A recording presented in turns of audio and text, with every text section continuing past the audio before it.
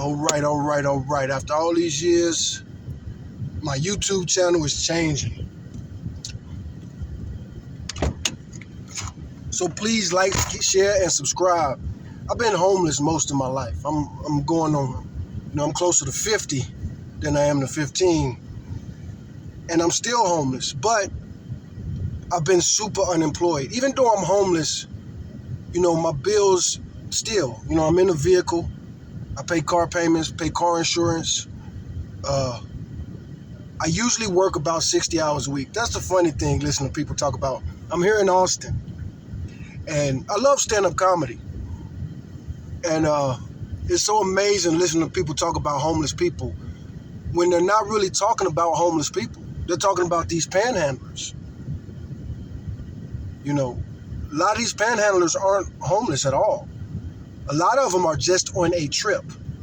They're just on a trip. Soon as they decide to clean up, they got plenty of places they could go, take a shower, have people places to go to rehab. A lot of these people, a lot of these panhandlers, and a lot of these people, they just doing shit. This is kind of like backpacking for a lot of these people. And when they talk about homeless, they don't talk realistically. One of the hard things about being homeless, man, is that, everything is hard. The weather is the hardest thing. The elements, the bugs, mosquitoes. It's a million things. Not having to figure out how you're going to get running water, that type of stuff. Not dying in your vehicle. I'm one of the homeless people that lives in a vehicle. So in the summertime, it's real easy to suffocate. Here in Texas, shit. You could suffocate and the sun's not even out. You got the windows all the way up. And then, of course, you could freeze to death in the winter. But no, one of the most annoying things, I should have said, is when people ask you, why are you homeless? How did you become homeless? Or, you know what I'm saying? And that's one reason that panhandling is so effective. Those people, they get out those signs and they come up with a story for the day. Because that's what people want. They want a story. They don't want reality. What the fuck you mean, how am I homeless? I'm from the south side of Chicago. I'm from one of the most overcrowded parts in America the year I was born. That community, Fuller Park, still has the highest murder rate in the world. But it's been depopulated. It was mostly known for the Robert Taylor Projects. The Robert Taylor Projects was the largest housing projects in America for many years. And it ain't the sexy projects, because everybody want to talk about the Cabrini Greens, because that's where the snipers was killing cops. The thousands and thousands and thousands of murders that happened in the Cabrini, where the Robert Taylors, they're not fucking Citibank, Another reason my YouTube channel is going to change, man, I need to do this professionally. I need you to like, share, subscribe. You know what I'm saying? They want to repo my car. All my credit cards are maxed out. I hurt myself about 6 months ago at work. Hit myself in the head. And I had to quit that job. I'm sick of being a trucker. Like I said, I'm homeless. And I work at least 60 hours a week. And my trucking job, I was delivering cement. I'm going to upload videos for that. But the first video I want to upload, and I'm going to talk about now, is real interesting. I'm going to expose the gay community. I'm sick of the gay community. The lies, the double standards, and this bullshit. I live here in Austin, and I want to talk about it. I really don't want no violence. I hope this leads to peace and solution. I want to talk to the gay community, and I want to talk to other black men who have the issues that I have with gay community. One of the main reasons I lost my mind, went crazy, and if you saw me, if you're seeing me now for the first time in years, you're like, what the fuck happened to Diego? I used to have long dreadlocks. I can't even fucking have dreadlocks because in this fucking bitch-ass city, Austin, the only people who flirt with me are fucking dudes. I'm black. That's part of my black heritage. But the gay people want to appropriate it and make it a sexy thing. And it ain't just the gay people, it's everybody. You know what I'm saying? My dreads were dreads. I wasn't trying to be on no hippie shit. I wasn't cool, man. People, in this hippie-ass city, And I don't know, you know, cutting off my dreadlocks solved the problem a lot. The day that I cut off my dreadlocks, like, it was one day, like, 3 dudes came up to me, like, trying to holler. I don't know what the fuck was going on. Like, it was here in Austin, like, 3 black dudes going around the city. I don't know what I was doing. Maybe I was doing Uber. I probably was doing Uber or something like that. But it's like 3 dudes in the same day, like, shots at me. And they're so fucking disrespectful. Every one of those dudes, at least 2 of them, but I know I know most of them, when they finally shot, they shot because they came across as like they was just regular brothers needing help or needing assistance or something. And then they all looked different too. And I remember the 3rd dude, I snapped on him. I was like, I didn't really snap on him because I was really trying to be cool. But I was like, man, you the 3rd dude today, man. Please explain this to me because I'm not gay. But basically, and this is a real question. This is a very explicit video. This might get my channel deleted. But this is a real fucking question. If a gay dude come up to me flirting, like, you trying to fuck me, right? You know what I'm saying? Like, that's how I responded to him. I was like, what does it mean when a gay dude holler at you like this? You want to fuck me, right? Because in the straight world, it's usually the one that wants to do the fucking that does the hollering. So if a gay dude is hollering at me, that means he wants to sodomize me, right? Because I'm not gay. And I don't understand it. I really don't understand it. I've studied psychology. I'm intrigued about it. I read about all kind of psychology stuff. And people that have sexual aberrations that I don't understand, I like reading about that shit. You know what I'm saying? I'm curious in that way. But I'm not curious to where I want to see a pop-up ad that has some dude in an oiled up shirt with the word curious and a question mark. Like, that's how they advertise gay porn. And that does make me upset. It makes me upset. That makes me upset because it's that advertising shit. It's like you're trying to sell me something that ain't even, you know what I'm saying? Like, don't try to sell me some shit. Don't try to fucking scam me. Some people, I was in sales for many years. That was my first career when I dropped out of school.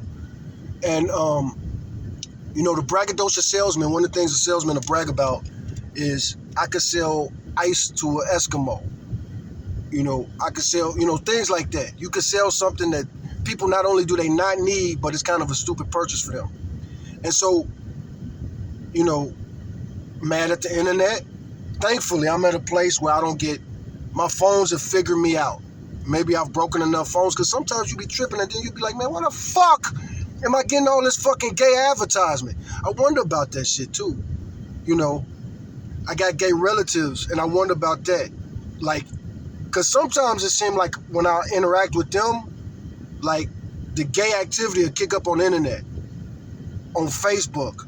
I never had a lot of success on Tinder, but gay dudes hit me up on Facebook. And you know what I'm saying? Online, I don't know if I said this before, but like I said, the day those dudes was hollering at me, all of them was saying some stuff like, I don't think you gay, or I could tell that you don't get down like that. Well, if you could tell I don't get down like that, what the fuck is this? What the fuck is this? Now, I'm saying all this because, I used to have a violent life. When I was going to prison a lot, I was considered a violent offender. But I am a Pookie, Ray, like the red pill bitch made ass niggas like to say. I was a little Pookie Ray. I was a little hood kid. I was a little hustling kid in Chicago. My mother, again, back to the homeless thing. How was you homeless?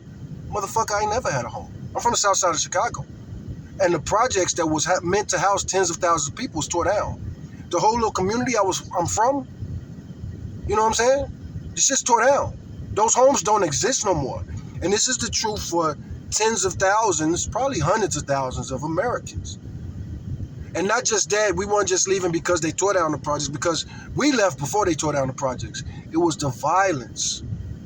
People talk about how dangerous things are now. I left Chicago in 1993. There were 3,000 fucking murders in 1993. So why the fuck is it worse now than it's ever been? Every single politician or person on TV that says that, just think about that. There's about 500-600 murders a year in Chicago these days. But in 93, there was over 3,000 murders. But now the crime is worse than it's ever been because it ain't just mostly niggas dying. You know what I'm saying? Think about that stat I'm talking about right there. When there was 3,000 murders, at least 2,000 of them were black. So murders are way down in Chicago. It's just black on black crime. It's not, we're not able to corral this shit like we used to be. Violence in Chicago, so it's 2024. That's something else I'm getting pissed off. One thing that's making me mad about YouTube, I've been researching crime statistics for a long time, really. But I've really been focusing the past 2 years, almost like I'm writing a book about something.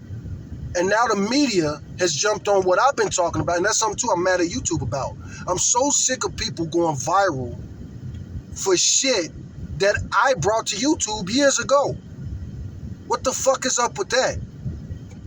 Somebody else say some shit that I've been saying for years and years and years, and now they got 8 million views in 8 days, And I know the YouTube game. I do. So don't give me no advice like you should go to the barbershop, you should look better, you should fuck that. Like I say, man, what's the point of going out my way? First of all, I'm a middle-aged man. I went through that stage as a young man where I spent a lot of time in the mirror. My fashion was everything. I wanted to holler at girls all day. But again, that's what made me a Pookie Ray Ray. So to the red pill people, why is it respectable for a grown-ass man to act like a frat boy and get loud in the bar, but when a man that's high school age do it, he a Pookie? It's immature and ghetto if a young man does it, but it's alpha if a motherfucker in his 40s do it. Whew, I need to calm down. Think about all this shit. Bob, one reason I'm recording right now is because I was online on YouTube arguing with a gay dude. And we having this argument. And the last comment I put in there, I don't know if I actually typed it and sent it, because I got to be careful how I respond to gay dudes. Something else I'm mad at YouTube about. These gay dudes get to talk to me any way they want, but if I come back with the same kind of... Because think about that. If a gay dude come to me talking about he want to fuck me in the ass, I should be able to say any fucking thing to him that I want. If a dude come to me, and like I say, I've never had a dude come up to me, because even when I asked that dude for clarity, like I say, the last dude, it was like a day or two before I cut my dreadlocks off, and I asked him, I was like, what's it mean when a gay dude talks to me the way you talking to me? You're not trying to get fucked, right? He didn't answer the question. That's the reason too. Like he backed off. He was like, hey man, my bad. And I was like, no man, I'm sorry if I'm coming off, please answer the question. Because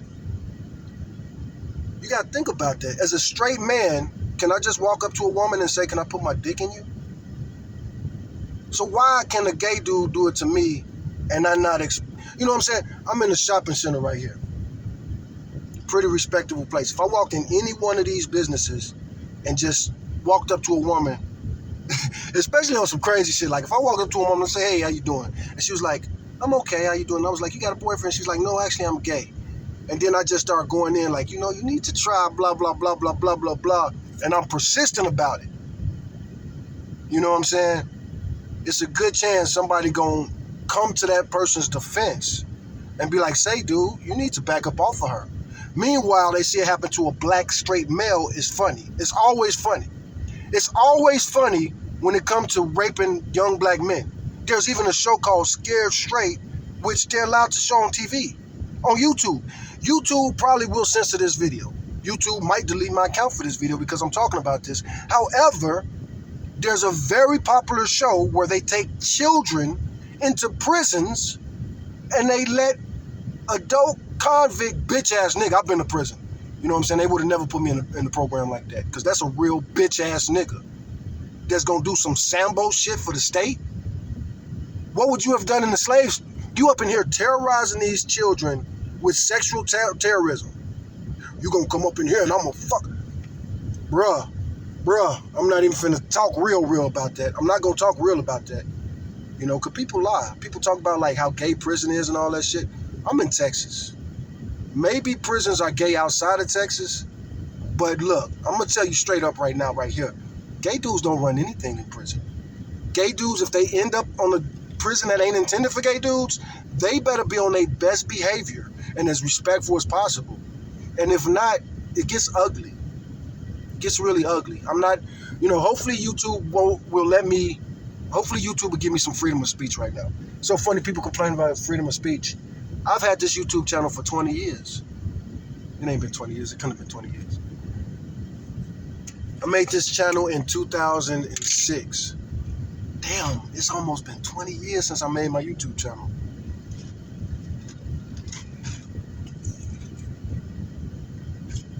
I've never had nothing on this channel go anywhere near viral. I don't do the gimmicks, But yeah, my channel's gonna change. I'm gonna look for some of the videos. I've caught gay dudes doing a lot of shit. Because people wouldn't believe me. Well, that's not true. People believe me. People know. Like, nobody does. When I bring this stuff up, people don't think that I'm lying, but they won't help me figure out why. And that's my main question of this video, Austin, Texas. I'm not from Austin. I'm originally from Chicago. I moved to Texas in the 90s, moved to San Antonio. I've lived in other cities. I've lived in Chicago over 10 years. I lived in San Antonio over 10 years. I lived in Birmingham. Birmingham's kind of gay too. Birmingham is problematically gay. And so is Atlanta. It's a problem. I've had problems there. These only 3 cities, Birmingham, Atlanta, and here in Austin, the only cities where it's like girls don't really like me. Black women don't really like me. Black females don't really like me in those cities. But the dudes, and that's one reason that I don't mind looking so fucking raggedy. I haven't been to a barbershop in years and years and years and years and years. Even when I cut my own hair. Even when I cut my dreadlocks off, I just went to the gym and I got that on video. I might upload that video. And I probably should upload that video and talk about that. These maggots, see, and that's another thing too. So me and this gay dude that's arguing, we gotta come together. I'm black and I'm conservative. And I've been conservative my whole life. My whole life. And I'm from Chicago. And I'm a black conservative from Chicago that got this way from being raised by black conservatives in Chicago. My Apostle Turner, one of my mentors, Walter, S.B. Fuller, these are people that I know and they help raise me, and the niggas in the hood, I'm GD. And if you think about it, I know a lot of my GDs that try to argue with me, but we're a pretty conservative group of people. We're a special group of people. But ain't nothing liberal about us. We're traditional as fuck. We ain't down with no abortion. Like, if you go down the whole list, that ain't what we stand for. If you know the rules of the GDs, no stealing, no lying, no disrespect. Like, if you look at our rules, like our commandments, AR 808, if you look at that, you're going to see that they lie. Another reason I'm mad, and I'm glad I get to spit this out. Fuck Donald Trump. I used to, I am one of the first, hood Republicans, as they calling them now. There's even a group, I'm a member of a group on Facebook called Hood Republicans. But as far as I know, I'm the first Negro of my ilk to make a YouTube video saying that we shouldn't vote for Obama as black people. But Trump and Obama both said, fuck Larry Hoover, he should die in prison. Obama actually has more of an excuse. I'm pretty sure Obama knows who Larry Hoover is. And he was in Chicago, so I'm sure many of the locals told him our story, our side of the Larry Hoover story, as opposed to the government side. Now all of a sudden Donald Trump want to talk about the FBI and the government corruption, all this shit. So why did you decide? See, Trump got less of an excuse. He's supposed to be a conservative. Larry Hoover's the most conservative leader of any organization of our ilk in the history of America. Why is he going down in prison? He's definitely in there on trumped up charges. He's in there. Look at what happened to him. He was supposed to be released from prison. They came up with some RICO stuff, charged him with some other stuff, made up some shit, really, blamed him for crimes everybody else was committing, unjustly. It's so funny that people talk about I do, I love Larry Hoover. I consider him, Larry Hoover was like a spiritual leader, but he ain't like a leader. And even back in my day, you know what I'm saying? That's one reason that the insane and the renegade stuff got out of control, because we had a bit of a civil war amongst ourselves caused by the government. Larry Hoover could have had the G's piece it out. He probably could have had the G's and the B's piece it out. Hell, he could have. If anybody could get the folks and the people to get together, who else besides Larry Hoover? So Donald Trump decided, fuck that shit. And now he want to bitch about oppression and claim that he's the political prisoner. He gave out all these pardons, not one political prisoner. He gave out like 200. Hey Siri, how many pardons did Trump issue? Okay, I found this on the web for how many pardons did Trump issue? Anyway, I'm getting sidetracked. I was supposed to be talking about the gay stuff, but this is all in the point. People talk about division and all this type of stuff, but you're the ones causing the division. Especially, I'm going to talk specifically to the gay group. I should be an ally. That's one thing, like, at the end of our argument, I probably should even find these comments and read them. Because at the end of our argument, I had said that. Like, me and you, I was raised to be an ally. But what happened? I used to hang out with gay people. And that's a funny thing, too. This is all starting because I got into an argument earlier with somebody over Tupac. People, especially dudes from the East Coast. People down with Bad Boy. People who say Biggie's the best. They love saying Tupac was gay. They love saying Tupac was raped in prison. Tupac addressed that shit several times. I saw one video where they took that interview where he was going off because Wendy Williams and Chino Excel was spreading these rumors that Tupac was raped in prison. You got to be an idiot if you think Tupac was raped in prison. As much as the gangs and the Muslims loved him, if Tupac got raped in prison, there would have been coast-to-coast prison riots, I guarantee you. If Tupac would have got raped in prison in the 90s, whoever was responsible for it, y'all would have never seen anything like that. You would have never seen anything like that. You've never seen anything like that. Niggas would have lost their mind for about 2 years. Prisons coast to coast. Are you fucking kidding me? Who the fuck is gonna get away with raping Tupac? Park in the shade real quick because I want to get this off. Like I say, this is a big announcement.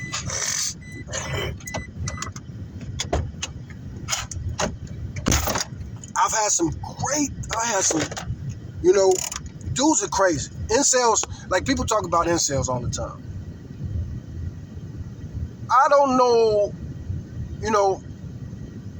if I use that word a lot, even though I don't like incels. I don't like the red pill. I don't like none of that shit. I hate Elliot. I ain't gonna say I hate Elliot Rodger, but fuck Elliot Rodger. And anybody who puts him up as a hero, please don't do that in my face. You're gonna put me in a bad position. Might have to make some penitentiary decisions. But anyway, incels. You could call me an incel. I'm a different kind of incel. Because incel is kind of, they say involuntarily celibate. I'm involuntarily celibate. I would be having sex every day. I would love to be married and have sex every day. Probably 2-3 times a day. It's crazy. I chase celibacy. I practice celibacy like a religion, which is good for me. When I was dating, when I was a serial dater, I got locked up all the time. And as a black man, it's hard to stay out of jail when you that dude. That's one reason Tupac got the hate that he got, because he was the #1 heartthrob. And red pill ass niggas hate on him for that. Hate the nigga because girls like him. But you want to be the dude that girls like. Like, this shit trips me out. Like, people who hate rich people, but you want to be rich so bad. I'm super religious. I would like to get rich. I play the lottery. Hope I win. And like right now, I'm asking and begging you. like, share, subscribe. Help me become a professional YouTuber. Maybe that could save my bills. Because what's gonna happen if they repo this car? What's gonna happen if I end up back in jail? Who knows what's gonna happen? You know, these maggots, they've been talking Civil War all these years. These white supremacists, they've really been pushing it too. I know a lot of stuff. But anyway, that's what my channel's gonna change. I'm gonna focus more back to this no more lies shit. I got so many videos. I got so many cameras. I was about to show a camera right here.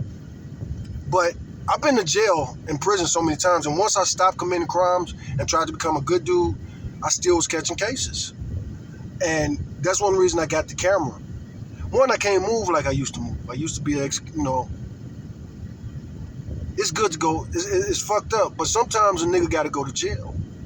Well, be a bitch. And that's something I can't really stand. Like, I've been in a lot of these, I'm about to get sidetracked. But these are all things I want to talk about. I was about to start going in on the pro-black community. Those black people that be like, white people been oppressing us. Shut the fuck up, bitch. If you think white people are oppressive, that means you haven't done your role. I don't think George Floyd would have got killed in front of me, man. I don't think George Floyd would have got killed in front of me, man. When George Floyd got killed, I talked to my mom about it. Me and my mom, we not on great terms right now, but we still talk to each other on occasion. And I remember, when George Floyd first died, me and my mom talked about that.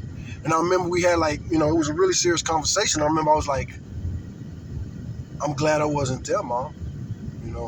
I don't think I would have been able to not interfere in that. And my mom said, I'm glad you wasn't there too. Because my mom knows I'm not bullshit. I'm not afraid to. You know what I'm saying? Afraid to fight I was about to say I'm not afraid to fight the cops, but that's not really the right phrase. I really believe in God. Everybody say they believe in God, but I really believe in God. I would not want to face God right after some shit like that. People say they believe in God. People say they believe in God, then they're going to commit rapes. You can't commit rape if you believe in the God of the Bible. You cannot. You're going to face Jesus someday, and you was forcing yourself sex.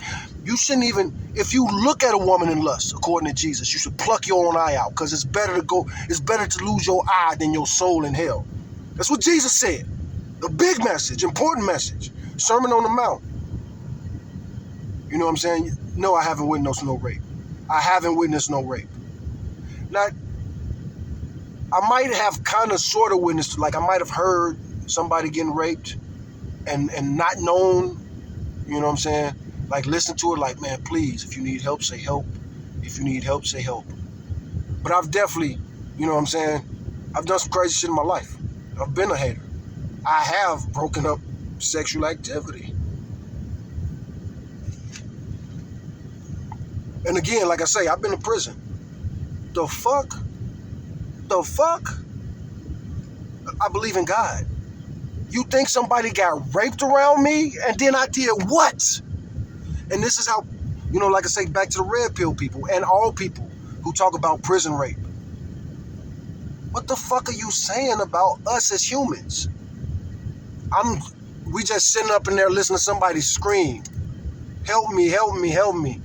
And then he come out and we're like, oh, you got raped. No, nigga. Are you like, ugh. But anyway, back to the gay stuff. And it's going to get real. It's going to get ugly. But we should be allies. But why couldn't I, way back, I used to live in, the last places I lived in San Antonio was a gay community. I lived in that gay community. And this was back before Obama. And they were very respectful. As a matter of fact, to this day, that particular neighborhood, they are respectful. Nobody has tried to flirt with me. Even to this day, I go to that neighborhood today, I haven't experienced it here in Austin since I cut my hair off. But even back when I had my long dreadlocks, I'm a blue collar dude. I don't dress like no fucking, you know what I'm saying? Dandy. Some dandies are straight, some dandies are gay. I ain't no fucking dandy. And I outgrew that phase, like I say, where I'm trying to be Mr. Fashion and all that shit. That shit left me in my 20s. Not just in my 20s, but getting arrested, hell have no fury like a woman scorned, and having a woman throw charges on me because I left her. I've experienced that. And then I got to hear, believe all women, but YouTube won't let me tell my story, which is true, and I got all the documents to prove it. I ain't even need documents. You can look the shit up.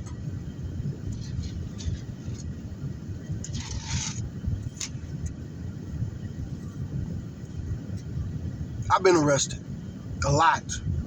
And, are they trying to silence me? I hear all these people talk about that. The police are after me. The police, how many times you been arrested? Not never, not once. So shut the fuck up. My first time I was arrested, I was probably 8 years old. The last time I was arrested, they charged the last 3 felonies I've been arrested and charged me with. I can't even really tell you the charges because they was like making up shit. But the very last charge, the last time they arrested me for a felony, it was 2 felonies and 1 misdemeanor. One charge was like improper use of 911 emergency service or something like that. And 2 other like related charges. I gotta find the paperwork because again, the charge was so crazy. I had a situation, and this I could be for my baby mamas because they know I'm telling the truth. They know I'm telling the truth.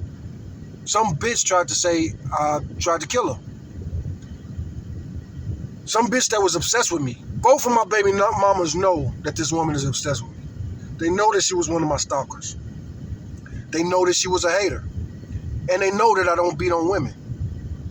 And if I am going to beat on a woman, why would I beat on a woman like this? You're not my cup of tea. But anyway, I got some domestic charges. This woman tried to say I'm homeless. Been homeless for at least 10 years. Not living nowhere. I'm mostly a truck driver, so I live in trucks and shit like that. I'm mostly a trucker for transportation, so, it ain't that out the ordinary that I don't, I always wake up in a different zip code. Always.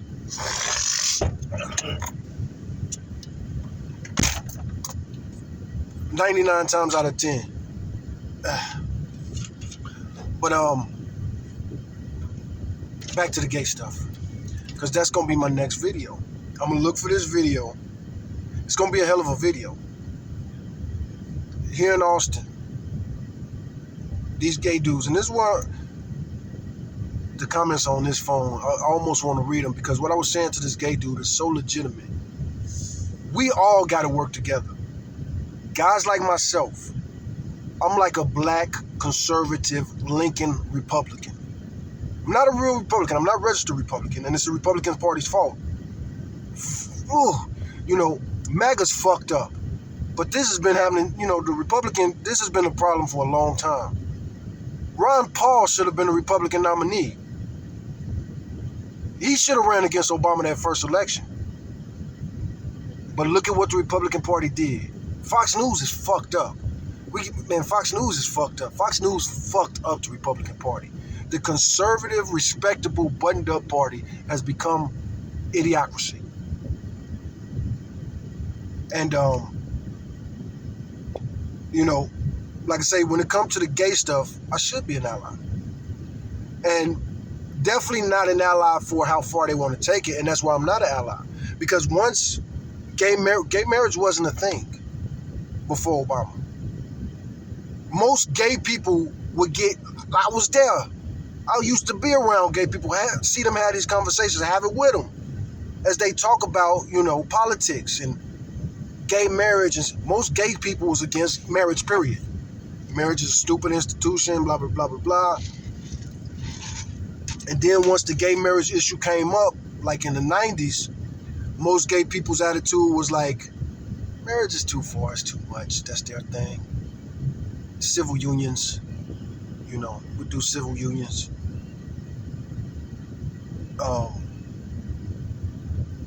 And then Bush gave them civil union. I think Bush gave them, maybe Obama gave them civil union, but I'm almost certain George W. Bush gave the gay communities civil unions.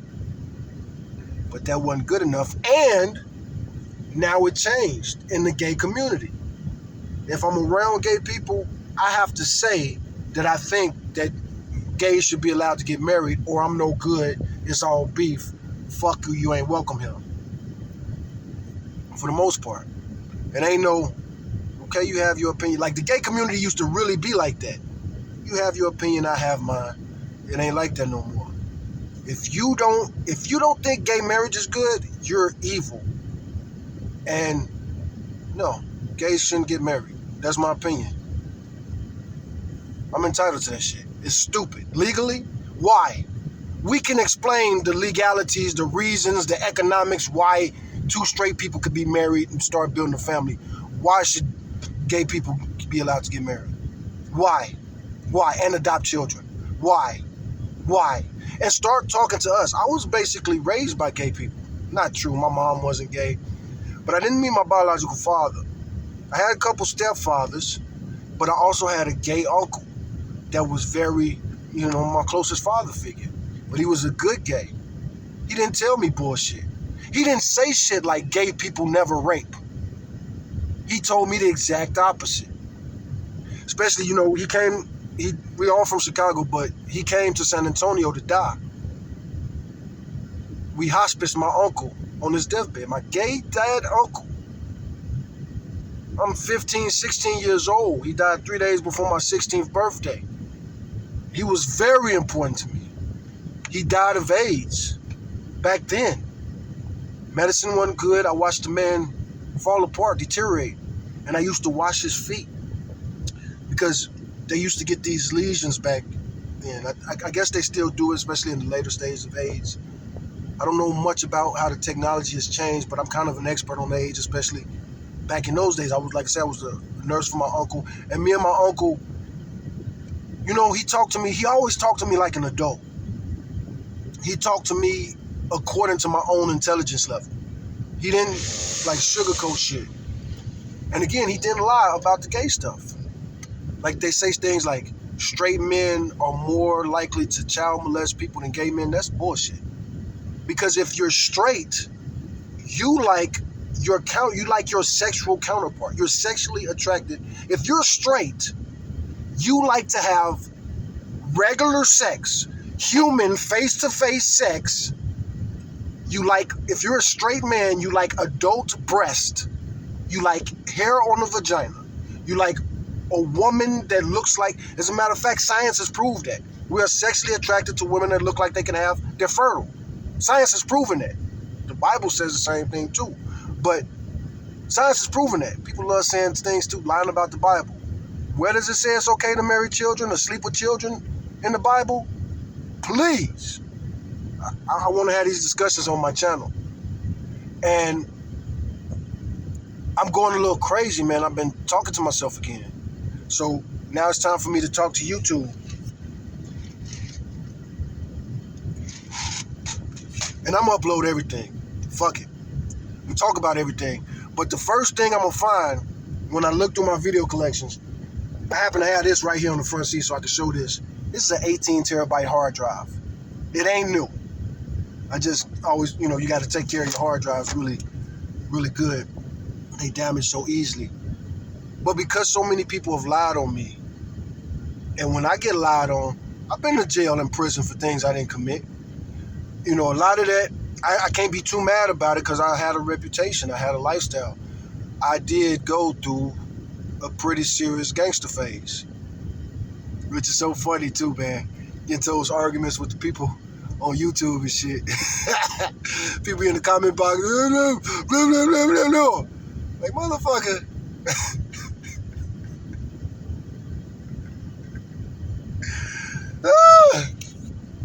The arguments on YouTube. Oh yeah, I'm skinny too. I'm a Tupac size nigga. Skinny little nigga. Skinny little niggas be having Napoleon complexes. And I'm bringing up Tupac because that helped me get back to this subject. I know me and Tupac experienced the same thing. Why did Tupac and Diddy fall out? I'm a longtime Tupac fan. No matter who you are, I was a Tupac fan first. I know Tupac's aunt, she said she was Tupac's first fan. I definitely give her that. But I bought Tupac's album before it came out. I was in 8th grade when Tupac finally dropped his debut album, Tupac Lives Now. And I've been arguing. You know what I'm saying? There was a time, like when I was in 8th grade, 9th grade, because people were saying that Tupac Lives Now was whack. I've had fights over that. I've definitely had at least a fist fight or two. At some point in time, because somebody was disrespecting Tupac Lives Now. Tupac Lives Now was the best album of that year, hands down. 1991, I would love, and again, I'm not aggressive, I'm older, I'm almost 50. So I don't want to fight anything, but I would love to debate it, and I would love to understand.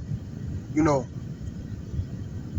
there's a diss track going viral on YouTube right now. 2 white rappers. First they had the 2 black rappers, Kendrick and Drake. They had this crazy rap battle. And right now there's a rap battle between these 2 white rappers. Tom MacDonald, the political rapper, and then Mac Lethal. So Mac Lethal and what's the other guy's name? Tom MacDonald. Tom MacDonald. I didn't even know that motherfucker was Canadian. That motherfucker Canadian, and he made that damn song. That first song, Red, White, and Blue. We should be red, white, and blue. Nigga, ain't no blue in the Canadian flag. What the fuck? This motherfucker on that Kid Rock shit. I already never liked Tom MacDonald pandering ass. But to find out that motherfucker made a MAGA music video and he's fucking Canadian, what the fuck? And then the same people that love Tom MacDonald want to talk about PSYOPs. We got all these motherfuckers from different countries coming over here telling us how to do our shit. Now, so right now, I always consider, you know, I don't like Tom MacDonald's style at all. I don't like his style at all. I don't like his aesthetic style. I can't stand that shit. I can't fucking stand that shit. It's a real spit in the face. Those fucking videos that Tom MacDonald makes, it just ties into the gay shit. You know what I'm saying? First of all, this motherfucker Tom MacDonald. So my best friend a few years ago was white. For most of my life, my best friend was white. Most of my life, my best friend was white. And we were close. Me and this dude were close. Our friendship ended the day he said Tom MacDonald was the best rapper ever. And he's a political rapper. He's the best political rapper. Now, me and this dude, I was already moving away from him because he was just so selfish and self-centered. And he had already said a few things that really expressed to me, like, in over 20 years of friendship, you don't know me, man. But to come at me and tell me Tom MacDonald is the best political rapper, knowing how I feel about Tupac. Tupac is the best political rapper. He pioneered it. He wasn't the first, but he was the best. Tupac brought, well, you really do got to say Public Enemy. I was about to say Tupac made political rap mainstream. Public Enemy, you got to get into Public Enemy. You know, I'm bringing up that beef because Mac Lethal brought it up. He was like, so Tom MacDonald says he invented political rap. So fuck him for that. But then he goes to rattle off some guys who he credited for being political rapper, but he didn't name Tupac. So Mac Lethal, I'm feeling that song. I'm playing the shit out the song, but I don't really like Mac Lethal as a person. Why not give, you know what I'm saying? I don't like motherfuckers that don't give Tupac his fucking credit. Tupac, again, Tupac's debut album was Tupacalypse Now. Ain't nobody made a political album better than Tupacalypse Now. Ain't nobody made a political album better than Tupacalypse Now, not even Tupac. Because Tupac's main criticism of that was that it was too political. That was the main critic. Go back and look at any reviews, because a lot of people hated that fucking amazing album. But look at their main... Now, let's look at some of Tupac's political songs from there. The whole album was political. Very first song, track 1. Another reason, like, fuck Tom MacDonald. He's like literally the opposite of Tupac, and he's literally trying to, You know, I never liked Eminem, but I do got some respect for Eminem, especially after all these years. And he made a Tupac album. A lot of people dissed that album. I like the album. Me hearing that album, that changed my opinion. I'm like, man, Tupac, maybe Eminem do got some respect for Tupac. Because listening to his music, you can't fucking tell. What, all these, Eminem probably got as many songs as Tupac. Where's Eminem's Brenda's Got a Baby? No, Eminem says the opposite. Fuck these raggedy bitches, especially black bitches. Like literally, Eminem has a song, fuck black women, especially the ones that want money. Tupac's first song, Brenda's Got a Baby. That's his first music video, first release. That was the push for the album. That album came out before the album was sold. They was playing that video in rotation before you. That's why I bought his album on pre-order.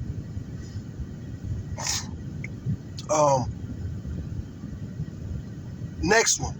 Some people argue that Trapped was the first single and first video for Tupacalypse Now. It wasn't. But I guess it was. I don't know. But I do just remember how Brenda's Got a Baby was just blowing up. Now, I already liked Tupac before that. I love Tupac's. I was a kid. You know, I'm 7th, 8th grade when Tupac first started rapping. And the first time Tupac really stood out to me, because I already really liked Digital Underground. I really like Digital Underground. You gotta think about it too, I'm a kid. And they kind of made silly kitty type of, you know what I'm saying? I loved Will Smith back then. You know, Heavy D was probably my favorite rapper, my first favorite rapper. But anyway, so I'm gonna put Eminem and anyway, this is all related. The gay shit. So Eminem and Tommy, anyway.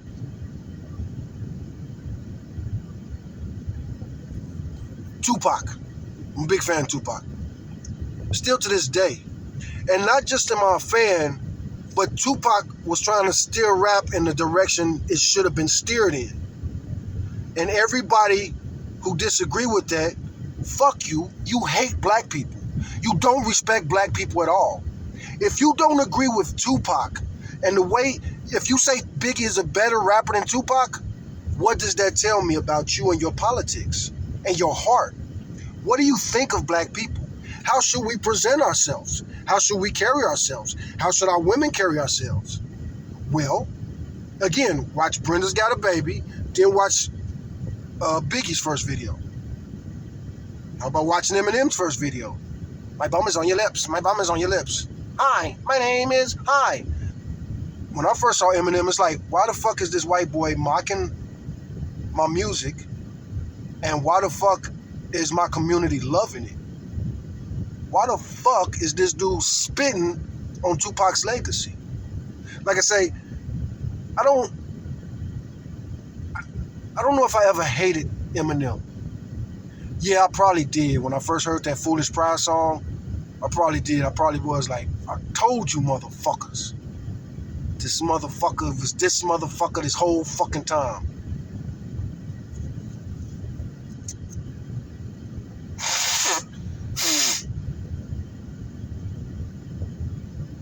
And I'll never forgive Eminem for Foolish Pride. But again, let's get back to my point. So Tupac, let me spit this out. Tupac, why did he beef with Puffy? Why did he hate Puffy so much? You know what I think happened with Tupac and Puffy? I think it's the same thing I experienced. Somebody play you close. Hey, man, you cool, man. What's up, man? Let's hang out, man. You want to smoke, man? Yeah. Oh, man, you spit that rap. Ah, that's a good rap. Man, you know what? You got it. You know what? Yeah, let's hang out. And then put some gay shit on the cool, on the slick, on the sly. And then you catch me, you like, say, nigga, what you saying? What you talking about? Man. But Tupac knew. I think, you know what I'm saying? I think Tupac got molested, man. As a matter of fact, I bet money that Tupac got molested. I got molested as a young man. And it's funny to people. I won't tell that. I will tell the story of me getting molested when I was young if I could get 1,000 subscribers. I don't even got 100 subscribers yet. So if I get 1,000 subscribers, I will tell the story about me being molested. in full detail. I'll talk about it. I gotta pace myself and be careful how I talk about it, because a man, as we talk about it, and I was gonna try to maybe put some bait out there, but I wasn't molested by a male. I was molested by an older female. I was about 5 years old. She was probably about 15. She's either 9 years older than me or 11 years older than me. I can't talk about the story. A lot of people right here on YouTube, in the comments, if I talk about it in the comments, motherfuckers, there's only a few reactions. Reaction one, a lot of people will say that I'm bragging if I talk about what happened to me when I was fucking 5 years old. This is the people that, these people have always been, the red pill and MAGA is exposing how fucked up Americans are, but they always been like this. It's just that we could see it now. People used to have some kind of shame. They would keep the crazy shit secret. You know what I'm saying? But now you got people that being red pill is out for these days. And you got women co-signing it. We live in a world that you deserve. How many of you motherfuckers supported Tupac in the 90s? Most people who like Tupac didn't like Tupac till after he was dead. Most rappers who say some nice shit about Tupac, they never said nothing about Tupac nice while he was alive. Most rappers, I promise you, most rappers who talk all this shit about Tupac while he was alive, they didn't say nothing positive about him. They was on the same side. Tom MacDonald invented political rap. Fucking Tupac and the vice president of the United States had a fucking battle. Tupac had beef with Dan Quayle. Dan Quayle specifically called out Tupac and his album. There's no place in America for an album like this. And Tupac put that on his second album. Tupac's debut album, and that's what I say, like, man, fuck y'all. Even my ex-buddy. How the fuck can you say, how can you tell me, even if you think Tom MacDonald is the greatest rapper of all time, why would you say that to me? Why would you say that to me? And Tom MacDonald is literally every song he makes is to Tupac. Fuck Tupac. And fuck what Tupac cared about. Fuck what Tupac was trying to push. Like, literally, think about, Tom MacDonald is pro-police. Tupac's, he had Trapped, was one of his songs. Holla If You Hear Me, he got sued for that. He got sued for making a song, Holla If You Hear Me. A song about protest. Ooh, and that should be my first. That's what, all of Tupac's videos are fucking great. But you telling me, watch Holla If You Hear Me right now. That's all you got to do is watch that. That's all you got to do to understand why I fucking hate Tom MacDonald. Understand that I love Holla If You Hear Me. I was a young black man in Chicago. I know people who were shot in the back I know children who were shot in the back by police officers, classmates. And you got people like Tom MacDonald saying that that's not the reality. Chicago, there's something called black privilege. If you got to be born and raised in the slums of Chicago, you want to be black, because that's a great thing, according to Tom fucking MacDonald. Motherfucker talking about America, places he would never fucking go. Never. Fuck Tom MacDonald. But fuck the dude that's battling with him too for not, you listed off political rappers, but you didn't give Tupac a shout out. Do you know about Ice-T? Ice-T? Fuck Ice-T, nigga. What political song Ice-T got? That's fucking good. I always want to be a hoe. That's what I remember about Tupac. Ice-T.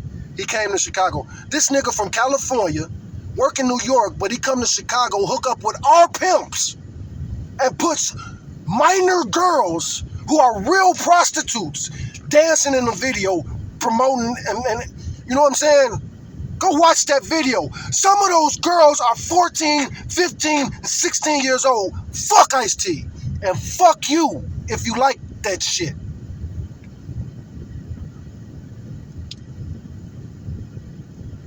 I'm about to do Uber in a while, so I got to get this out of my system. I can't be mad like this when I'm picking up these people. But we are mad. We do got passion. Fuck Tom MacDonald. Because think about every video I've ever seen, It's like the opposite of a Tupac video. And then on top of it, the motherfucker got the little... He do everything. What is you? What is your look? What is this look? Are you dangerous or pretty? Are you fucking... Like, what are you going for? Are you a fucking biker? Are you a fucking... Like, what is this? Is this look supposed to intimidate people? Or is it supposed to... Tattoos all over you? What is this? What are you trying to do? What are you fucking trying to do? Fuck Tom MacDonald. If anything he was said was true, he wouldn't go out of his way to get tattoos on his face. I don't understand face tattoos, especially from motherfuckers who got shit to complain about. You know what I'm saying? You trying to get attention, you fucking attention whore. You got all these fucking tattoos on your face. Anybody, this is the way I feel. Because I've been arrested for so many things. And like, if I get excited, if I get crunk, like the police, me sitting here talking to my car, the police could show up. And I'm going to start looking for videos and uploading. I've been homeless. I've been living in my vehicle for a long time, man. It's already on my channel. It's already videos, security harassing me, police harassing me. And I'm a little dude. I'm like Tupac size. I'm a little bit taller than Tupac. You know, if Tupac was as short as they say, because I've seen pictures, you know, that mugshot. And his mugshot, I think it said he was 5'11 and a half. So that would make us the same size, but a lot of people coming out saying Tupac wasn't 5'11 and a half. But I'm tall and skinny. Everybody love to talk about how skinny. First of all, I'm from Chicago. So I'm from Chicago and I'm from the hood. So what's the narrative on that? I grew up as, you know, I grew up in the streets. I am GD. GDs can't fight. We're weak. We scared. We cowards. We ain't nothing without our guns. We ain't nothing without our homeboys. That's what you say. That's what you say. That's what you say. Now, if you say that to me or around me, and I'm like, okay, it's time to fight. You know what I'm saying? Like you just said that I'm weak, and everybody, my dad's weak. We all cowards. We can't fight because we're not from where you from. Such disrespect. Those are not fighting words? Cool, they not fighting words. I'm sick of getting locked up. I'm in Austin. You know, this is a mutual combat city. And this is probably one reason that I'm here. Because you can't, most of Texas, even here in Austin, fuck Austin, but it ain't as bad as the rest of Texas. But the average place, if somebody come up to me and they're like, hey, nigger, what you doing? Get the fuck out of here before I slap the shit out you. And I just snap. And I chimp out, as the racists like to say. I fucking just snap. I'm not thinking no more. I'm just being 100% emotional. And the emotion you getting is rage.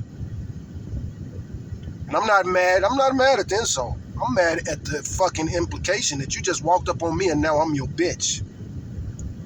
You what? What put you above me? I know who my God is, and you probably don't even respect my God, you fucking piece of shit bitch. I want to talk about all this shit too. I want to talk about white supremacy in the Bible, people that pervert the Bible. I remember the first time I read the Bible cover to cover, one of the things that I was really tripping out when I finally closed Revelation, I remember I was thinking like, where does all the white imagery come from? I've been to, you know, I went to Christian schools. I went to 2 Christian schools and I went to a Catholic school. I went to mostly public schools, but I did also go to a couple private schools. I moved around a lot. Again, I was homeless most of my life. Moved around a lot. Like Tupac. Tupac was homeless most of his life, man. Mama was smoking crack. He might have been born in prison. I think he might not have been. He was either born in prison or she got out right before he was born. That's that part of the story. You know, people got variations of that. And it's kind of like the mythology. But let's just say Tupac was born in prison.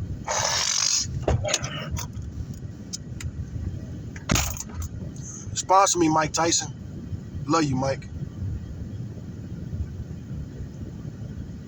Man, I hope you knock out Jake.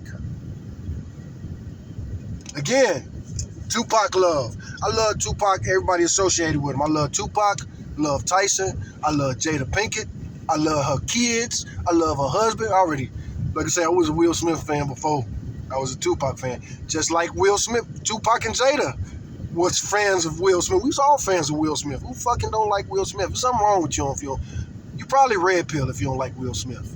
Because everything you motherfuckers say about alpha males, who represents that better than fucking Will Smith? You guys always talk. He ain't no Pookie. He ain't no Ray Ray. He wasn't raised by a single mother. Everything he's been married to one woman his whole life. Not his whole life, you know. He's a responsible father. Everything you red pill motherfuckers say is alpha, is Will Smith. So why y'all don't love him like that? Y'all hate the fuck out of Will Smith because Jada is accused of misbehaving. And I don't even buy that shit too, man. Stay out there motherfucking business, you dick-sucking motherfuckers. They've been married over 20 years. And people who ain't been able to keep a boyfriend or a girlfriend for 2 months got some shit to say about Will and Jada. Fuck y'all. At least their kids know where they at. Love them. Motherfuckers. I love the Smiths. And I think Pac loved the Smiths too. They was in a little weird situation, little weird arrangement. But I think ultimately, man, Will Smith and Tupac, you know what I'm saying? Was they married before he died? If they would have invited him to the wedding, as a matter of fact, when Tupac died, Jada and Tupac wasn't on speaking terms. They had fell out. So, you know what I'm saying? That's gotta hurt Jada. Another reason, like, I feel for Jada, man. She had like kicked him out of his life and been like, man, look, till you get your shit together, man, you gotta stop with this thug shit. You gotta stop. You gotta stop, Tupac. Get your stuff together. Yeah, I get it. But still, Jada's human. Why don't people treat Jada like she's human? Because she a nigga girl. People don't got no love for nigga girls. And I'm a nigga. And I'm speaking 4 niggas and 2 niggas.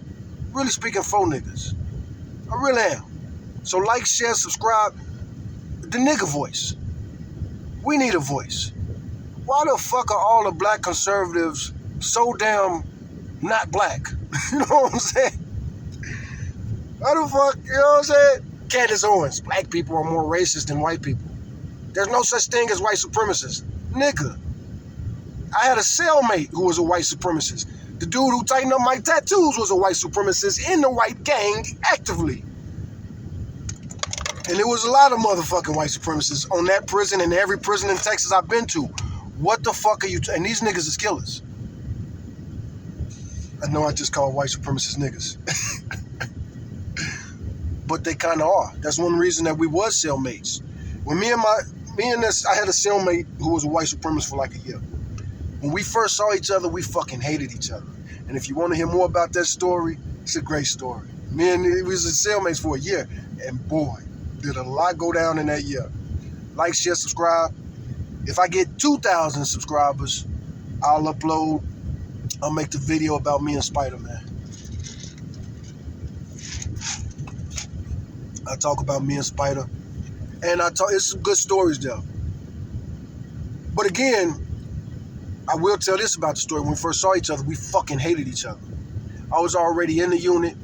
I had no cell. My cellmate had moved, and I ain't had no cellmate for like 6 days. So, I'm feeling myself.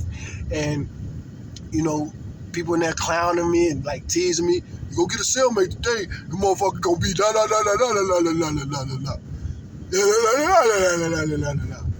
And so anyway, I'm sitting there playing chess, and motherfuckers is running up to me, tapping me and shit. Look at your cell. Standing outside my door, dark ass Mexican, covered in tattoos. At least that's what my eyes saw. The motherfucker wasn't mad, he was white. He just was really tan. And probably because he was so inked up, it made him look darker. And I didn't have my glasses on. I'm nearsighted. So he's over there, and I'm like, fuck. You know what I'm saying? This motherfucker, they finna put a gang member in my cell, and this motherfucker, whatever gang he is, he ain't down with us. I ain't got my glasses on, but I could see from here. This motherfucker ain't one of us. Plus, everybody like clowning and laughing and like, ah, yeah. So anyway, he go in the cell, and they like, man, ain't you gonna go in there, welcome him and all that? Man, fuck that shit, man. I deal with that shit when I gotta deal with that shit. Anyway, we meet each other, and it's prison, nigga. And like I say, so I got a 6-point star tattooed on me. That's one of my first tattoos. It's my first prison tattoo, that's for sure. But I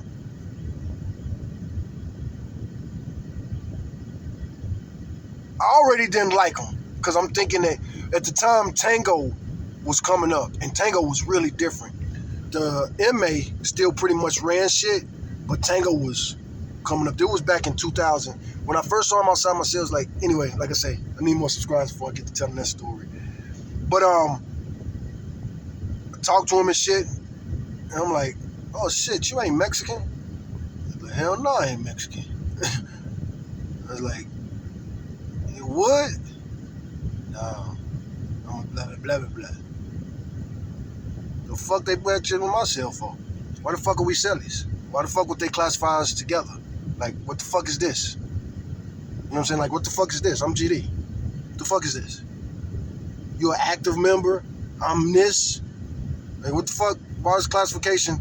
And also at the time, I'm trying my best to, like, this is the end of my prison career. I'm in my late 20s. I'm done with this shit, man. I've hit retirement age, man. I've done my time. I'm even amongst the brothers, you know what I'm saying?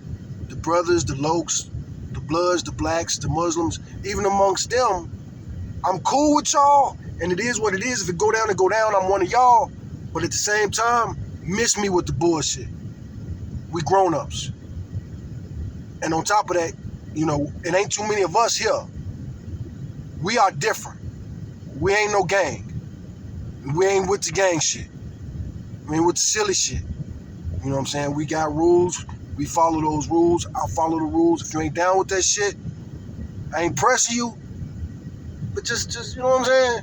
Don't come at me with no bullshit. Don't come talking to me about no bullshit. We talk, you know, all due respect. All due respect. Come on, man. I ain't with the bullshit and the shenanigans. I'm not from here.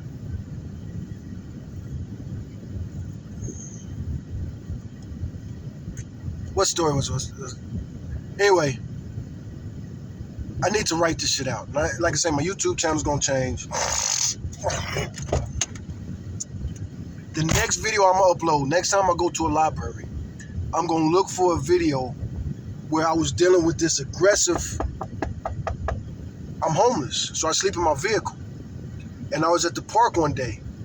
And one day,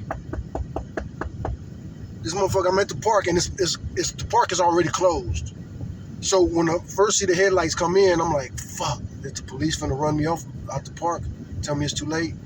Anyway, this motherfucker drive up, and he like driving up looking at me and shit. And it was cold too. Anyway, it's a hell of a video, but there was this very persistent homosexual trying to, you know what I'm saying? It was like Grindr. I think maybe he had like hooked up with somebody on Grindr, and they had agreed to meet at that park. And the motherfucker, the shit's funny. I gotta find the video. I ain't seen it. This was happening like 2 years ago, a year ago. But anyway, the shit is funny, but I didn't put it out there because I didn't want to put him on blast. And it's kind of embarrassing. You know, like, what do you do? Because look,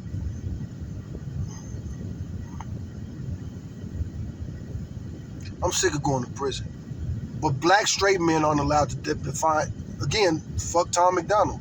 You say white straight men, these motherfuckers around here with all these guns and shit like that, these motherfuckers, this is Austin. A white boy just shot a veteran, and the governor just gave him a pardon. He murdered a Black Lives protester. He murdered him. Right in the middle of the street. The governor just pardoned him. And the dude he murdered was white and a veteran. But he was at a Black Lives Matter rally. He had a black girlfriend. That shit is such a sad story. I can't believe the governor pardoned that motherfucker. Of all the fucked up cases here in Texas, of all the fucked up people, of all the people fucked over, I know so many motherfuckers. I really know. Like I said, I went to prison. I met so many people. Like, I sit there, I know, blah, blah, killed blah, blah, but blah blah is in jail for it. What the fuck? And we all know it. I know dozens of those stories. Blacks. Because that's the thing too. One of the reasons that it's easy to commit crimes as a black person, this is one thing that we used to talk about back in the day. The easiest way to get away with a crime is to make sure somebody else goes down for that crime.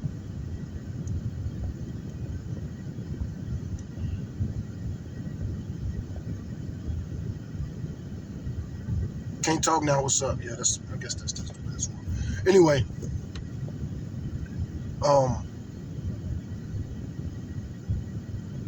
yeah, man. That pardon, man, weed is still illegal. High school children go to jail every day in Texas for marijuana. Mostly black. Mostly black. I guarantee it. I seen it. New Braunfels, Texas. Right down the street that way. They tried to give me some chumped up charges, fuck me over with all this bullshit. That's why they tried to lock me up for domestic violence. This bitch said I live in New Braunfels with her. I don't fucking hardly ever go to New Braunfels. Not never. I don't like New Braunfels like that. I really don't. And I'm really done with San Antonio too, man. But anyway, right there in New Braunfels, Texas. When I was going to court fighting my bullshit ass domestic violence cases for somebody that I don't fucking live with, like, how the fuck? I got 2 baby mamas. How the fuck? Don't neither one of them live anywhere near New Braunfels. These are the only 2 women that I deal with and mess with. How the fuck is some broad in a city that I don't live in convincing motherfuckers that I live there? How do I live there? I got some shit there. I got a lot of writings and shit. And I used to have her hold my writings because I'm homeless. So, you know, when I first was moving out my storage, I couldn't afford my storage at the time. So I was like, let me put my writings in your house. Because you a lazy, fat, welfare bitch. You in the projects. Your rent is only, you know what I'm saying? Your rent is only like $14, $15. I know you going to be here forever. And you're a hoarder. You never clean up. I put some shit somewhere and nobody ever touch it. You know? I pay your rent every now and then, buy y'all a meal every now and then. I'm homeless. I ain't got nobody supporting me. No help, no food stamps, none of this shit. But, fuck. The gay stuff. Anyway, that's going to be the first video I upload. I'm not even going to, I don't need no subscribers. The next video on this channel, I'm going to look for that video of that gay dude who was very persistent. That's what it is. I've been recording my whole life for years. The first time, okay, so I need to talk about my life of crime. And, you know, I say I've been lifelong conservative, so I know a lot of people be like, you lifelong conservative, how you go to prison? Plenty of prison. Plenty of conservatives go to prison. Plenty. And we separate like that in prison. You know what I'm saying? As a black conservative in prison, who'd I hang out with most? Well, I hung out with blacks that were religious. I hung out with black Republicans. I hung out, not just blacks, you know, I hung out with others, but for the most part, I mostly hung with black Republicans, black intellectuals, black religious people, black people who love to study the Bible, black people who love to play chess or love to play Scrabble. We love to talk about politics or history or, you know what I'm saying? We have debates. These are the more conservative blacks, and we're not a minority in prison. It's probably, especially if you look at every individual, I would guess most niggas in prison are mostly conservative. If you listed off every single, at least my definition of conservative. Maggots have taken over the right wing fully. And they've not only taken it over, they've made it uncomfortable for regular conservatives, religious conservatives, real religious conservatives. You know what I'm saying? Fucking Donald Trump is selling a Bible, a $60 Bible, the Make America Great Again Bible. And they've added, I believe, the Declaration of Independence, the Constitution, and a few other things.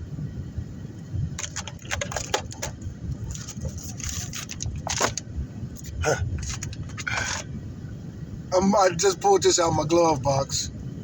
So this is my favorite book, Tupac's poetry book, the #1 selling poetry book in America. The Rose That Grew from Concrete. People be saying Jada lying. Jada is not lying. There are so many poems written to Jada. I know what's up with Tupac. I need to talk about Tupac more because I really identify with Tupac.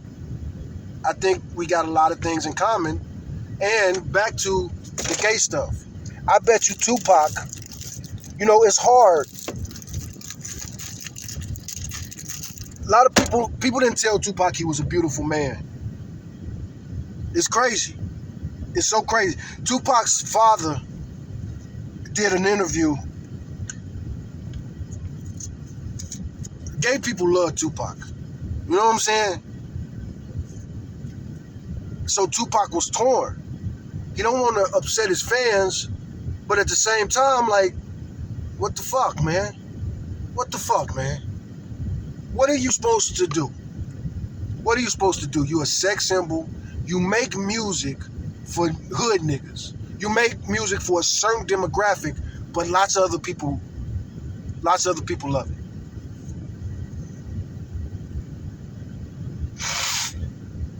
And it's one reason I suffer here on YouTube. For sure. And I think I know how to get around that now. Just the nature of the beast. When you make YouTube videos and you put yourself in the thumbnail, the people that are most likely to click on that are people who are going to find you physically attractive. I want to hear somebody talk about something. This person talk about it, that person talk about it, that person talk about it. I'm attracted to that, or I relate to that. I identify to that. This person, like a lot of dudes, if I click on your thumbnail, I probably think we look alike. You know what I'm saying? I was like, maybe there could be a distant relative or something. For example, my favorite Hebrew Israelite preacher, this motherfucker look like he could be my granddad. He look like he could be my dad. Yeah, he look like he'd be my dad.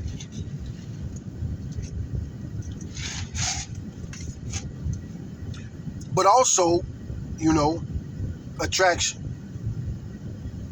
And then attraction, you got the types. And then you got the, I'm not attracted to that type, but wow, she's just, you know what I'm saying? And so, YouTube doesn't let straight men, this is a problem with YouTube. I've never, I've been on YouTube for so long. And there was actually a time I was very active on YouTube. Way back in the day, like say 06, 07, 08, 09. But I wasn't a thirst trapper, even though I did some thirst trapping every now and then. I might do a shirtless picture, you know what I'm saying? And I'm not like super buff. I'm not a muscle head. I'm not a meathead. I don't even lift, bro. But gym muscles ain't as effective as life muscles. Anyway, how do you deal with that as a straight man? What should you do? And again, I wish a gay dude would answer that question. If a gay dude is flirting, if a gay dude try to pick up a straight dude, he wants to fuck that dude in the ass, right? Gay dudes don't try to pick up straight dudes to get the dick, right? I don't know. You know what I'm saying? I don't know. We react to shit, especially if we in a situation we don't know nobody, we don't understand. We gotta go with our emotions and our feelings. So a lot of times you're in that situation, and how do you react to that? How do you react to that? And there's another thing, like I hate the red pill dudes because they think women should like catcalling, or they think women should just be like, what the fuck? The fuck is wrong with these dudes? So a woman who take the train every day, every dude that flirt with her, she should smile and giggle and laugh. Man, fuck you dudes. I don't know, maybe you didn't grow up in an urban city, or maybe you grew up in an urban city and you just don't give a fuck about other people. Who the fuck wants who wants to go somewhere and everybody trying to stick their dick in you? Even if you like dick. Like, what the fuck? I can see, there's no such thing as too much money, but there's a such thing as too much sex. You can only have so many girlfriends before it becomes unmanageable. Simple mathematics. But I'm crazy. I lost my mind. I am crazy. Well, I was always considered mentally ill on some levels, like, ADHD, probably autistic, you know what I'm saying, and all these other things. And I've been diagnosed with other stuff like that. I don't really want to.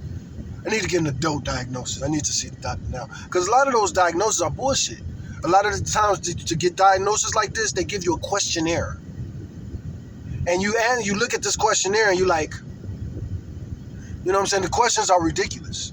The questions almost are like they're not talking to a human. Like, I remember, okay, I'm from Chicago. And Chicago was one of the first cities that when you fill out an application, you also have to fill out a personality test. And the personality test would ask questions like, did you argue with your mother a lot when you was growing up? And it's like,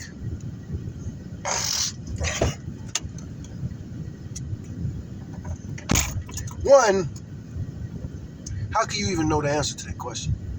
How do you know how much you argue with your mom compared to, how do you know your score? You looking at this application, you're like, never thought about it, but, I was 7 out of 10. What the fuck? Stupid ass questions like that, the answer is going to be, conditional is not the word that I'm thinking of. Circumstantial. Both of the words kind of apply, but,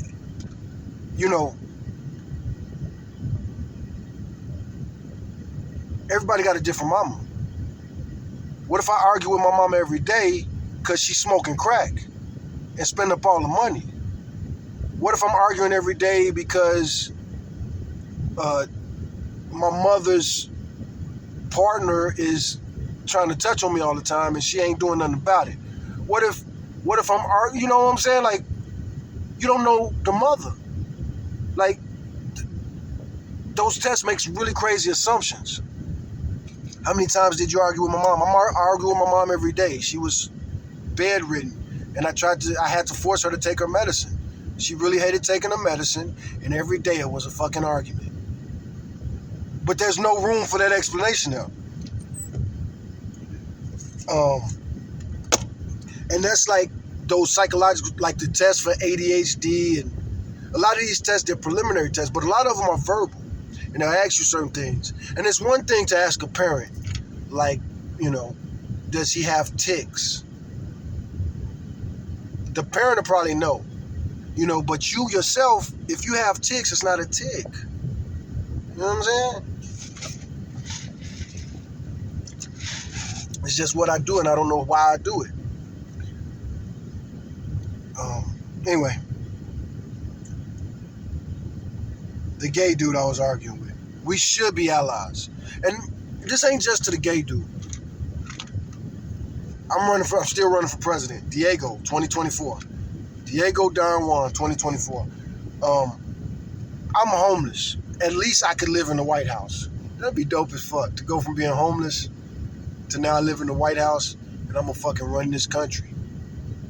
I'm crazy, but I'm not as crazy as fucking Trump. Donald Trump, I went back and forth. I am conservative, and I do lean to the Republican side.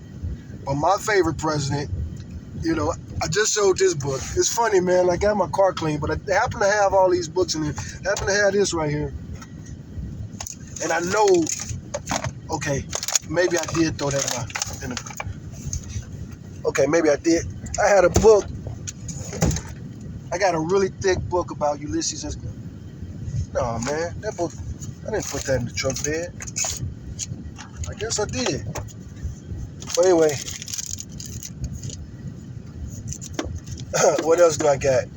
I'm a conservative. What else do I got in my glove box?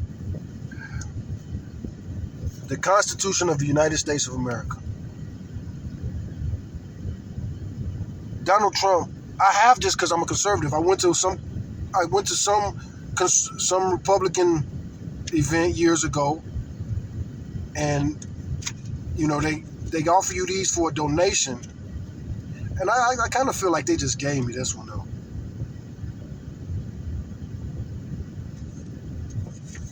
So the Constitution of the United States of America and the Declaration of Independence. Emancipation Proclamation ain't up in this bitch. and that's why I say, like, the Republican Party, I really hope that Donald Trump doesn't get more of the black vote than normal. My whole life, I've been trying to get more and more black people to lean Republican, or at least consider Republican, making an option. I don't want any black person to be beholden to one. First and foremost, I already told you. You might not have heard it and you might not understand it, but I belong to a political party called Growth and Development. That's already a thing. But yeah, my favorite. This is the Bible that I probably got more Bibles in the truck, but this is the NASB, the New American Standard Bible. Supposedly the most accurate translation. I do want to do Bible studies, so like, share, subscribe for all that. Talk to me in the comments. Help me direct my channel, make it what I should make it. And I will probably click. I'm homeless. I'm doing bad right now. But if I get 100 subscribers in the next 24 hours, I'll shave. And I'll always be shaved for my videos from here on out.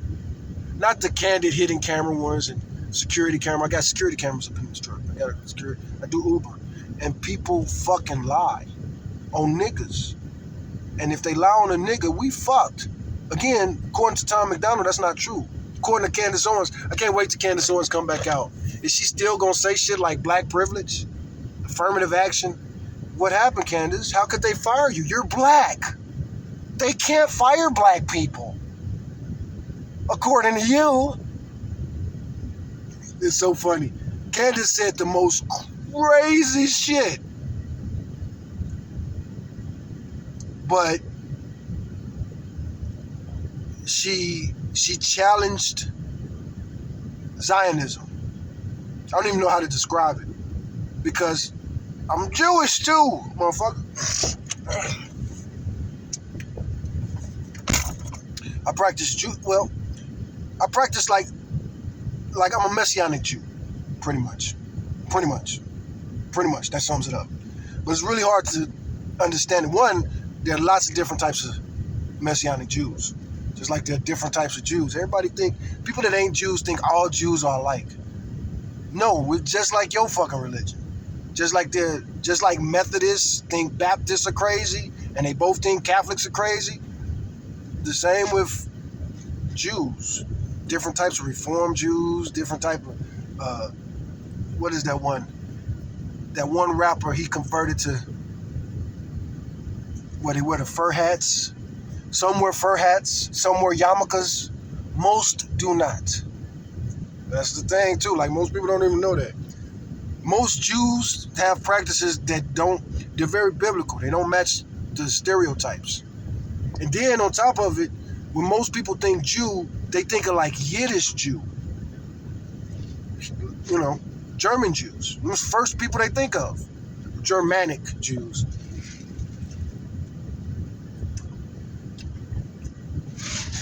The Ashkenazi and the Sephardics. Those only, and then you go all around the world. Anyway, I won't talk about all that stuff. So please like, share, subscribe. Help me out. If I get a comment, I probably ain't going to do anything to this video, just upload it. But my YouTube channel is youtube.com/Diego Don Juan. My name is Diego, Diego Donjuan. I can't stand it when I run across niggas that like, your name is Diego. Why you ain't got a black name? Nigga, my name, Diego, is Spanish. So, being a nigga, I'm just as equally to have a Spanish name or an English name. Motherfucking English colonizers or Spanish colonizers. It's like 50-50. Motherfucker. Me being named Diego is as normal as you being named James. They're equal. The first black man in America, they believe, was named Diego. Anyway. Matter of fact, you go to the Capitol, they talk about some of the first blacks. They got a black monument to all the blacks who have affected Texas history. The first blacks, they were conquistadors. Stupid. And black people don't know that. Anyway, growing up in Chicago, you know, things are so different. I was watching a video, another thing is YouTube. Like, people are just so fucking stupid, especially when it comes to race. So, the most popular comment in this video, it says his voice, and then it had a hand that was like my complexion. And then it said his skin, and then it had a hand with this. And the dude had a fucking Latino accent. That shit makes me so fucking mad. When motherfuckers from Chicago, Latinos from Chicago, Latinos from New York, Latinos from Detroit, you know, Latinos from the East Coast and from the Northwest, they have a certain type of accent. And to a lot of people, it sounds like it's a black accent. I've seen this so many times in YouTube. Great example, there's this one old video on YouTube, and these Mexicans, they driving around shooting up shit. Blah, blah, blah, blah, blah, blah. Now the whole video, they just nigga this, nigga that, nigga this, nigga that. So everybody in the comment is like, these motherfuckers is black. But also in the comments, there's a lot of motherfuckers from Chicago and just familiar. They're like, these motherfuckers are clearly Hispanic. Because you can't see them. They're not recording themselves. They're recording outside the cars. They shooting up the neighborhood and shit. And they had such a thick Chicano accent. And they like, don't sound like no Mexican I ever heard. Well, first and foremost, motherfucker, Hispanic ain't necessarily Mexican. Latino ain't necessarily Mexican. And then also when you go to like, anyway, I ain't finna get into that, but that shit pissed me off. And why does YouTube get mad at me with my race and I correct people? Like that Chicago video had me so mad. The Chicago video, because in the comment section, they were being racist towards black people. What you expect on YouTube, especially in the comment section. But you got Mexicans shooting up black neighborhoods, and everybody in the comment talk about black this and black on black crime and black on black, and it's like, these motherfuckers are Ambros, nigga. You could, and they not only, you know what I'm saying? Like, not only could you tell that the accent was more on the Hispanic side, like Chicago accent. If you're from Chicago, you probably got a Chicago accent. If you're from New York, you probably got a, you know what I'm saying? Like what? I would love to talk to people who make those comments like that, and then the comment gets so popular, everybody's like, yes, he sounds black, but he looks white. And it's like, that motherfucker, like, bro, the Latin accent, if I get 1,000 subscribers, I'll make videos. If I get 1,000 subscribers by the end of the week, I'll make videos where I talk about that type of shit, the gang shit and the race shit. Because it's really, like, again, back to Tom McDonald, fuck ass nigga. Tom McDonald talk all this shit about race, and Tom McDonald don't know shit about race. You don't know shit about race, motherfucker. You don't know shit, especially here in America. And that's one thing I can't stand. Motherfuckers who think they know something, and then they get to talking about it, and it's like, dude, every single thing you just said is fucking wrong. And as a person like me, you know, I've been to all 48 of the states. I love to hike. I've been on black historic tours all over the country. I got videos on my channel where I'm doing some of this shit, walking around the woods. George Washington Carver, they got George Washington Carver museums all over America. I visit them every chance I get. They're usually free because he contributed so much to America. George Washington Carver is the greatest scientist America has ever created. No question about it. Most black people won't know that. They won't be able to defend that. George Washington Carver, like so much of what we do today and can do today, especially as far as like agriculture, like people just don't know. Black people don't know. And it's really no excuse, because I bet you're within, you know what I'm saying, you're in a couple hours drive of George Washington Carver Museum, displays, center, school.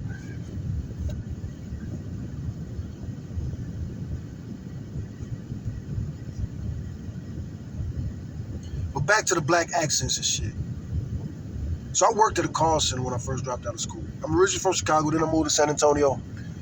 Why the fuck would you even argue with me about some shit like that? Why do people argue with me? I'm from the south side of Chicago.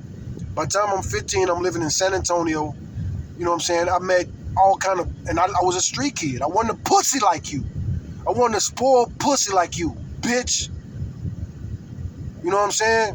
After school, as soon as I get home, I got to get out there and figure out, I got to hit them streets, man. I got to help my mama most times. I got to help my mama take care of me. So that means I got to go take care of myself. So I'm out there, you know what I'm saying? And it ain't no thing. That's just what it was. That's how we were on the south side. Again, people love to talk about how weak we are. Chicago niggas weak and scary, all this other type of shit. Man, I can't wait till one day there's a real movie about what Chicago's like. Again, like, share, subscribe. Maybe I could get a place to live and start working on writing my book and telling my life story. It really is amazing. That's why I'm recording right now, because I was thinking about some of the shit that I've been through and I survived. And damn, am I gonna take all my stories to the graveyard with me like most niggas born in 19s, whatever, in Chicago?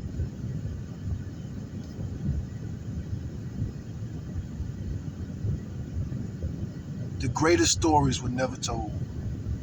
The cemetery is full of so many stories, man. The things and lessons we gotta, like, you know,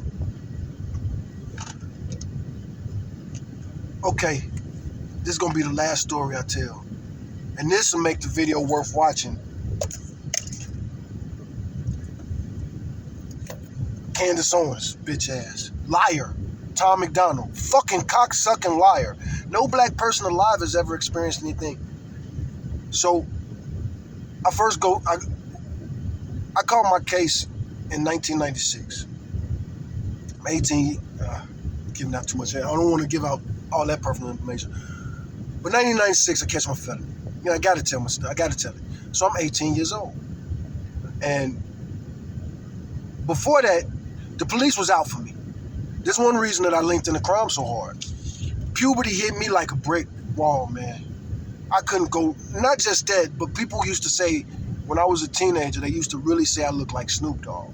And that has caused some attention. Like, people, you know, not now. I don't look shit like Snoop Dogg right now, especially I'm broke. You can smell it on me. I ain't got no money. But, you know, I was a teenager. Me and Snoop was teenagers at the same time. Snoop was a teenager when he came out. You know, he like 19, I'm like, you know, younger.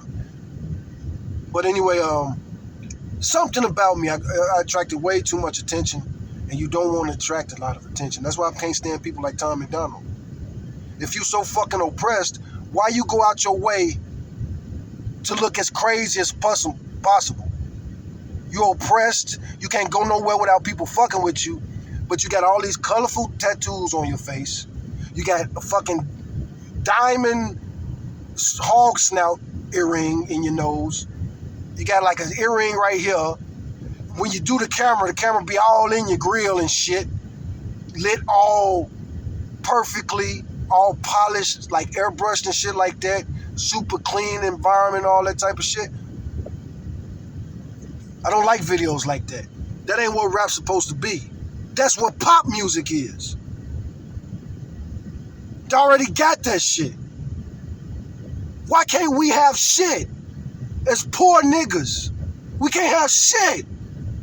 We can't have shit. No matter what we make, you're gonna take it and change it. Tupac was trying to steer rap in a certain direction. This shit should be beneficial. It should be inspirational. We should be educating our children. Tupac, you say fucking Tom McDonald bitch ass is the first one that made political rap. On Tupac's debut album, he has a song called Part-Time Mother. Listen to that shit. Brenda's Got a Baby. Both songs on his debut album. Listen to that shit. Like I say, he had beef with the fucking vice president of the United States. Dolores Tucker tried to get him canceled. So don't blame the Democrats and the Republicans. They didn't agree on shit. They just agreed on we hate Tupac. Dolores Tucker, Democrat. Dan Quayle, Republican. Tupac is fucking 19 years old at the time. And they own this dude. Freedom of speech. Everybody care about freedom of speech. Everybody care about freedom of speech. Everybody care about freedom of speech. What the fuck did Donald Trump say about Tupac? When that young man from New York coming up dealing with all he was dealing with, yeah, he stood up for Mike Tyson. Yeah, he stood up for Michael Jackson. Clout chasing. They was the biggest stars and they was super popular. Tupac was not popular. And he was a thug. Trump hate thugs. Little broke kid from the projects. Yeah, he liked Mike Tyson. Yeah, he kissed Mike Tyson's ass. At the time, Mike Tyson was the most famous motherfucker on the planet.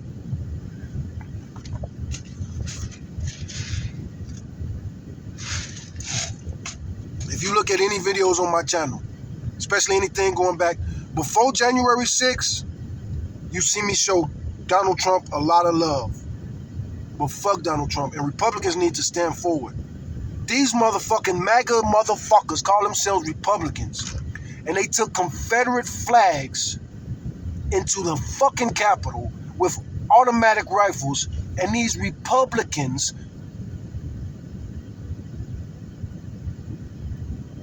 they defend that.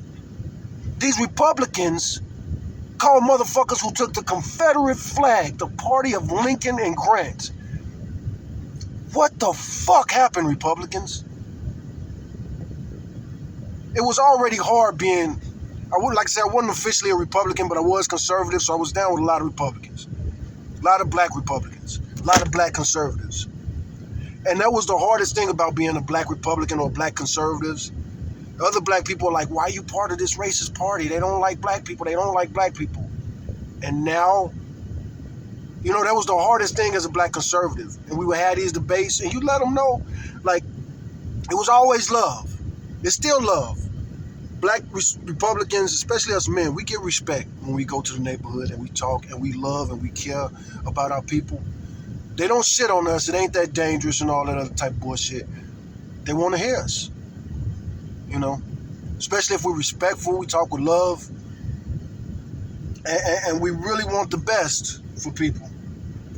I'm sitting here burning gas. It's hot outside though, but I am in the shade. Look like the temperature dropped.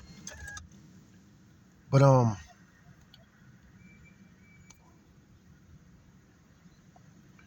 what I was talking about originally in this video, it's funny how the least homophobic dudes in the world will get called homophobic. One, they call us homophobic because we're not afraid to go around gay people. So we might be in the spaces. But then we might have a bad reaction to some disrespect and shit like, dude, I'm not gay. I'm not curious. Stop trying to fucking rape me, bro. You're trying to rape me. And it's funny because I'm a black straight male. Like, real talk. If I start getting aggressive or angry, it's like, it's always been like that. But no, it's,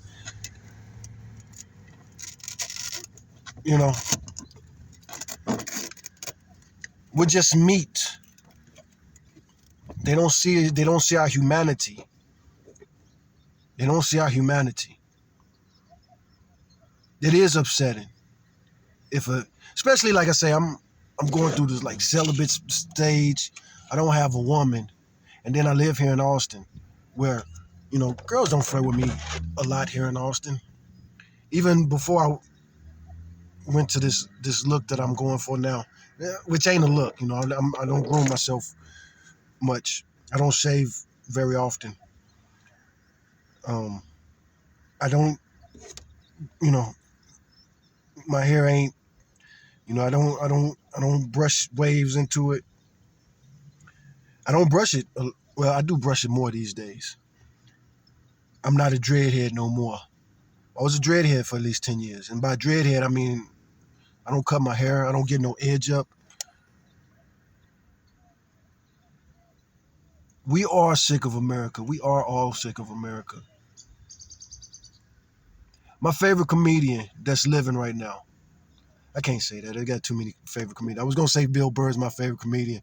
And that's not true, but he definitely is in the running. I really don't know who I would say my favorite living. My favorite comedian is Patrice, but he's dead. All my favorite comedians are dead. But Bill Burr, Louis C.K. I've been listening to a lot of Josh Johnson lately. I wouldn't say he's my favorite, but I watch him anytime. I like him. I like him a lot. If I get to talk about comedians, I could talk all day. But Bill Burr has this joke. A lot of my favorite white comedians got offensive racist jokes. And I'm going to talk about a few of them for a second. Bill Burr, he talks about this joke. You know, he learned from dating black women and hanging out with black people. Not all black people. He lived in New York City at the time, and he was like, when I first got here, you know, I was afraid of all black people. But now I know I'm only afraid of black dudes with dirty shoes. Because that's the last thing they'll let go. He does it way better, and it's way less offensive. But at the same time, that was one of those jokes. It's not funny to me. I can't laugh at it. You know what I'm saying? I can't laugh at it. I can't laugh at that joke. But let's go back to another joke, where it all started. Joe Rogan's one of my favorite comedians too. Joe Rogan was actually my favorite comedian for a couple years. Joe Rogan Live was my favorite stand-up special until Elephant in the Room came out. And one reason I love that, Joe gets real about race in there. He say some fucked up shit. Say some real shit. I love that confession shit. Oh man, when it comes to talk about race, I want to hear Patrice talk about race. He was real, the realest. But anybody who a lot of people try to like pull Patrice to the white supremacist side. According to Patrice,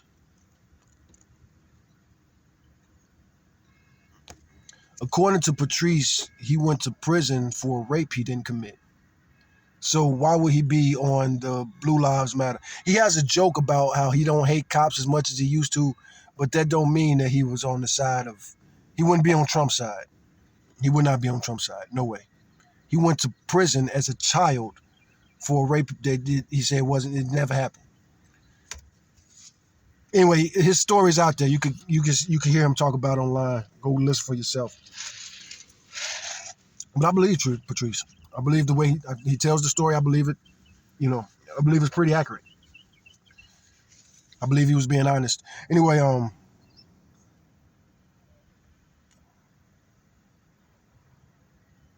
before that, Dane Cook. Dane Cook is like one of the first comedians that tells a joke that I found fully offensive, but I loved that joke from the moment I heard it. It's so great. It's so great. Let's see if Siri can find it real quick. Hey Siri.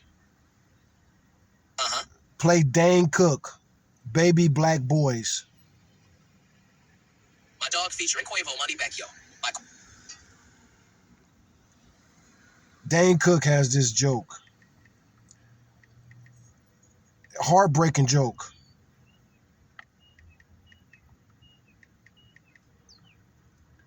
Does he have any of his albums on Apple Music?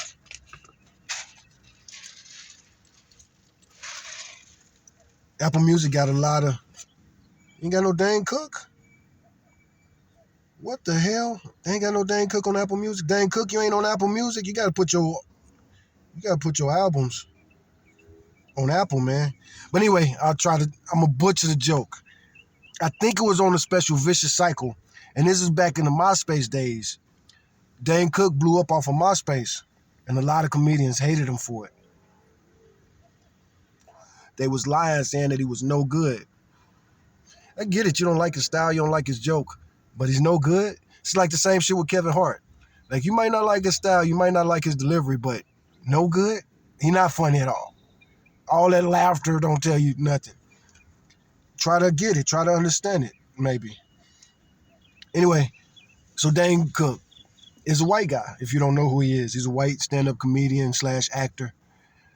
And he has a joke. And he says that he thinks baby boys, black baby boys, are the most beautiful babies in the whole world. They're so beautiful. It's something about little baby black boys. They're just so beautiful. They're so beautiful, in fact, that he wants to raise. He wants to he wants to adopt a baby black boy and raise him and play with him, do all the cool stuff you can do with black kids, and dress them all cool, teach them basketball, and he'll keep them until he turns about the age of 13, because that's when they get scary. And that's when the audience just dies laughing, roars laughing. And I like Dane Cook. I think he's pretty funny. And I like every special of his I seen. I liked it. Vicious Cycle, I liked it.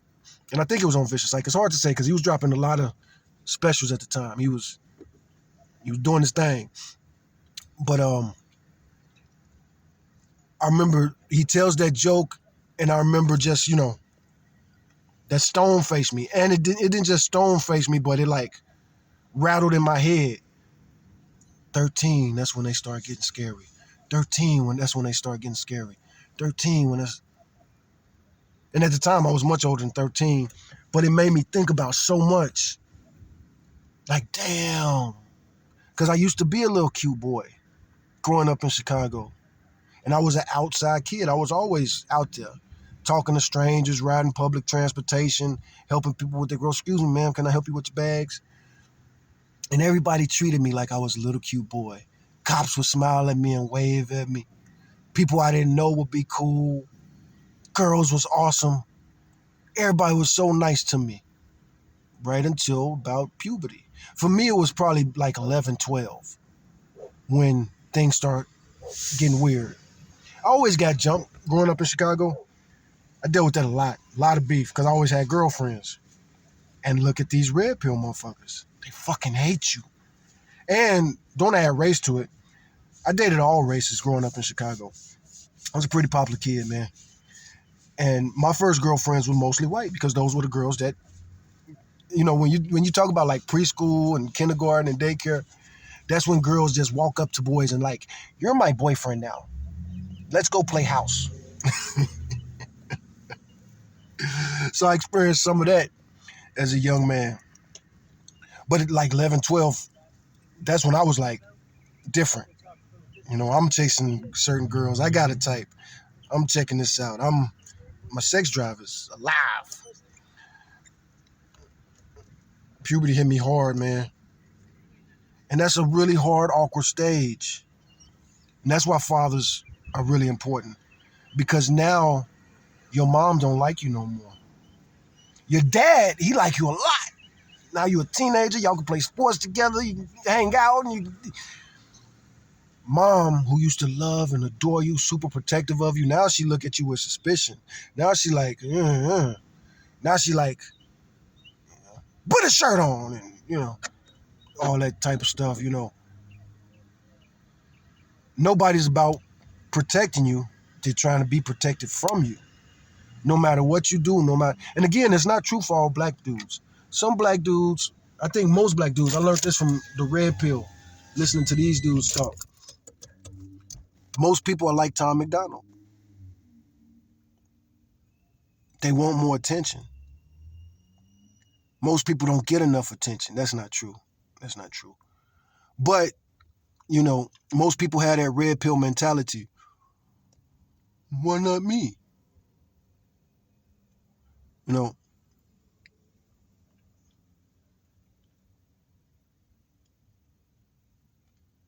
I want to expound on this so bad, because it's such a very important point, and I haven't heard anybody talk about it on YouTube.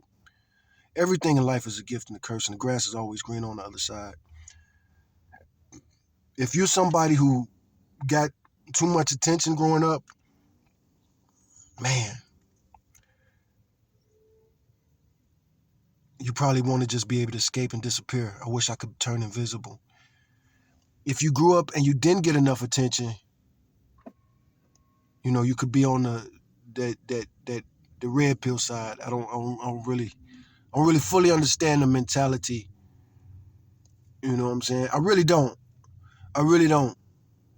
And that's the thing too. Like, if you really want that, just do it. Dress outrageous. Go through a phase where you dress crazy. And for me as a teenager, like I say, 11, 12, 13, that's when hip hop fashion was changing. We're dressing really unique. big baggy clothes. We're doing everything to not be like y'all. We sick of it. We sick of it. You know, you go back and look at those lynching pictures. Look at pictures of people being lynched. A lot of those dudes was in suits. Not a lot of those, man. Anyway.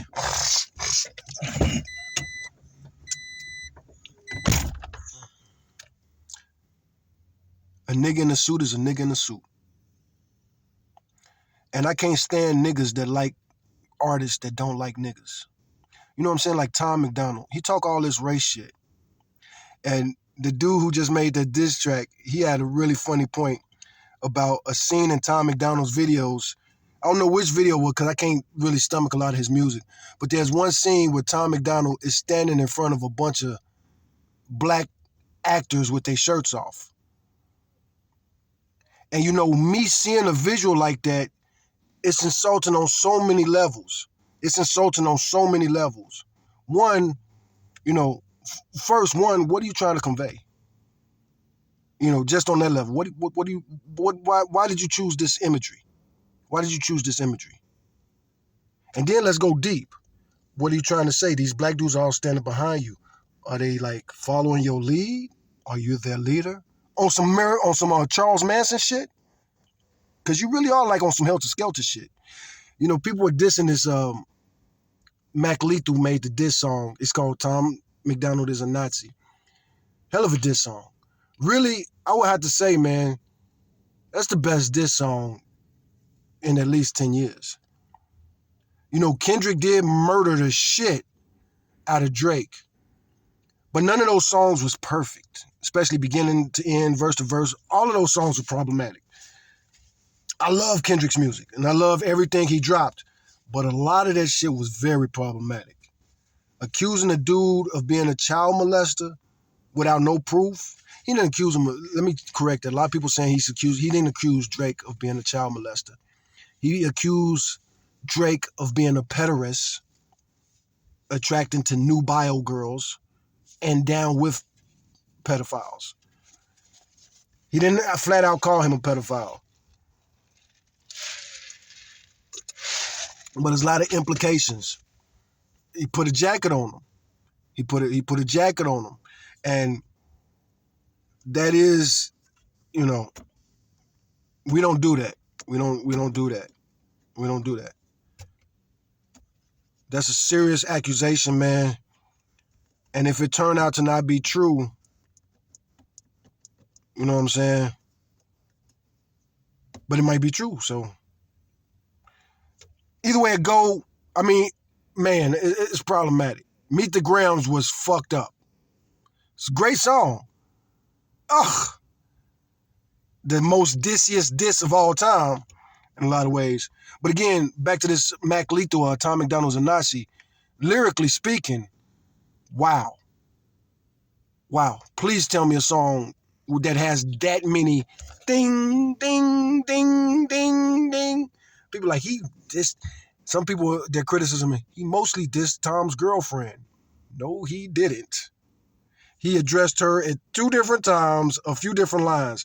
How many lines did he shoot? How many arrows did he shoot at Tom McDonald in that song? It's like, bam, bam. And then not just shoot, but there was like 4 dunks. There was like 4 dunks.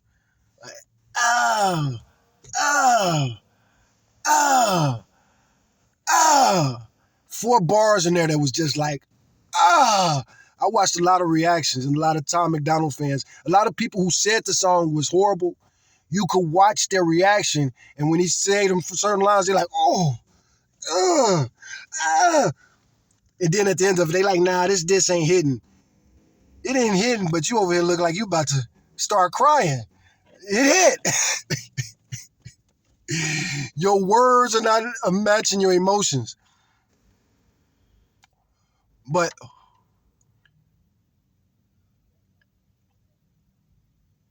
Puffy, if you ever like Puffy, you hate black people.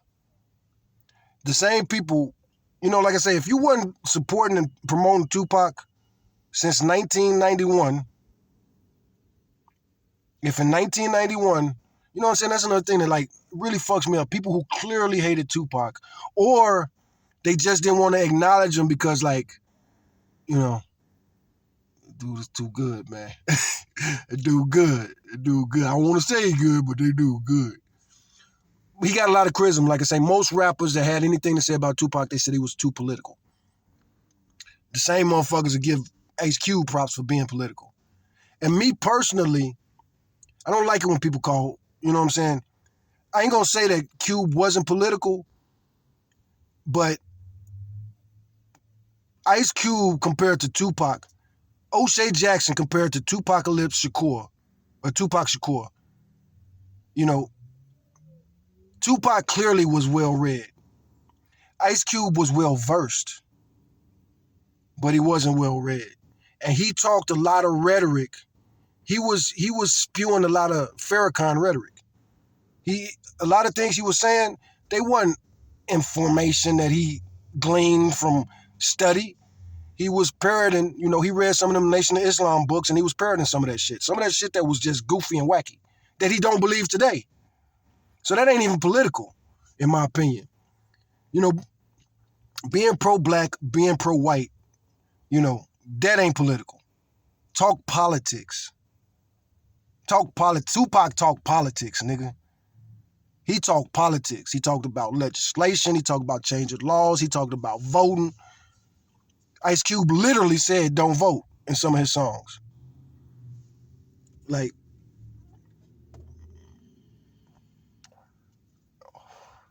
now I wouldn't say that Tupac is the number one political rapper ever. He's my number one rapper. He's my GOAT for sure. I wouldn't give it to him over Public Enemy. I wouldn't give it to him over Public Enemy. Those, you know what I'm saying? That's what they did, and they did it well. And agree with them or not, they weren't underinformed, they weren't misinformed, they weren't talking stupid old shit that ain't true. Stupid old rumors that ain't true. They probably did here and there. I mean, there's always, who knows everything? And just in general, we believed a lot of wacky shit back in the 80s and 90s and shit. And it was a crazy time. Crack.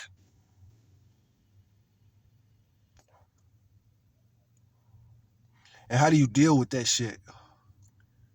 We know what it is now.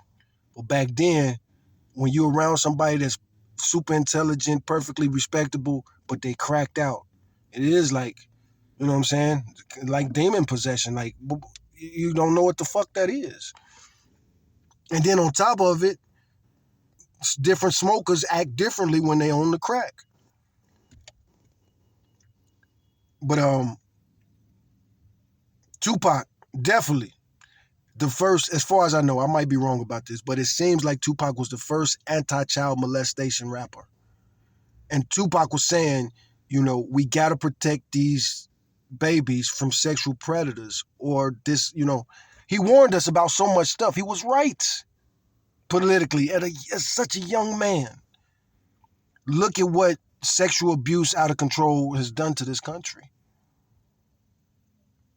And then we have the Me Too movement, but it ain't Me Tooing.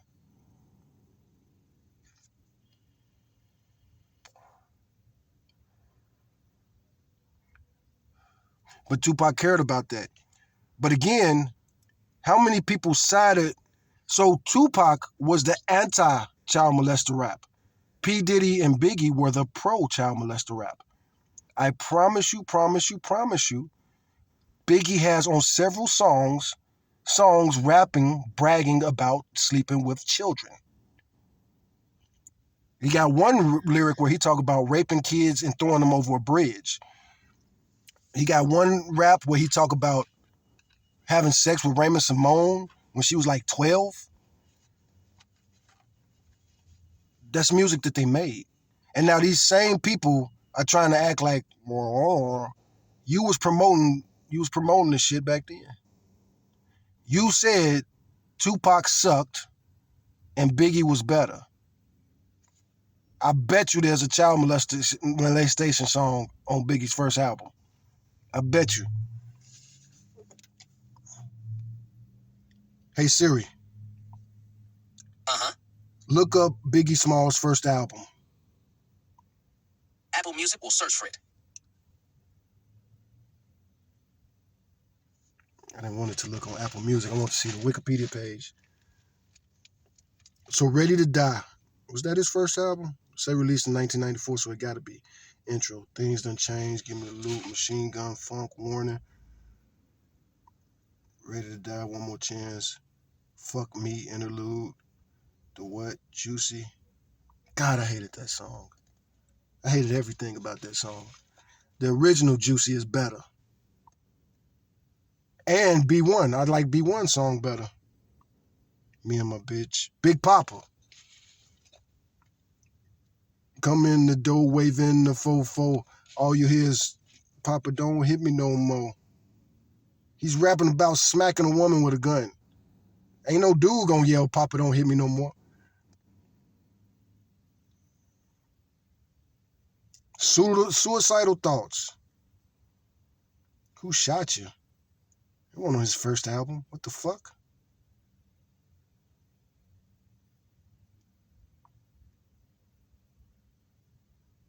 Just Playing. Number 19, Just Playing.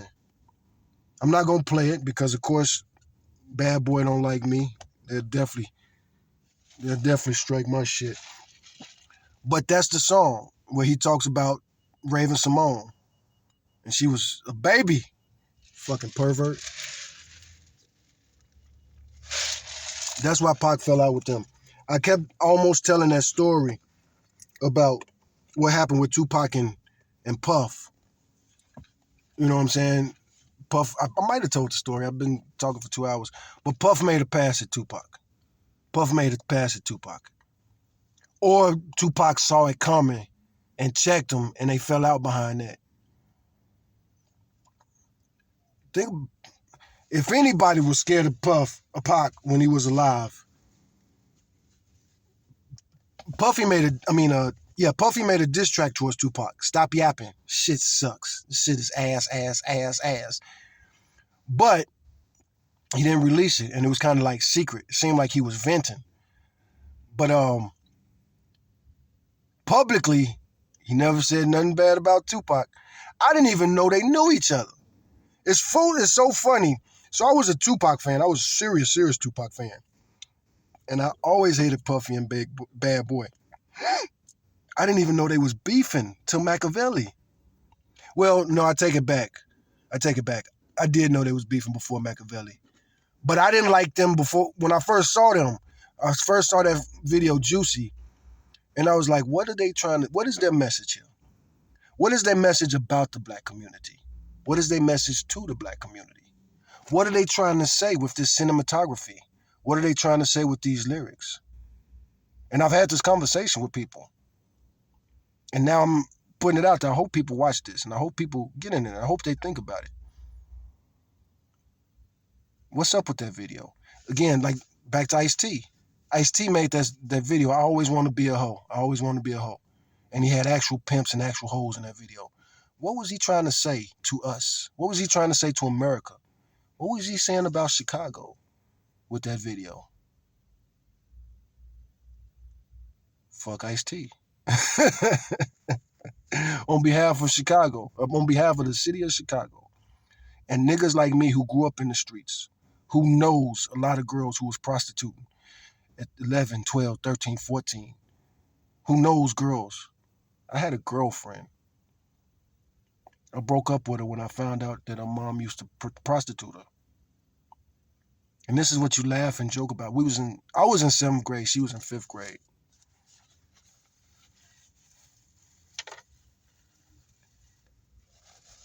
I dated her.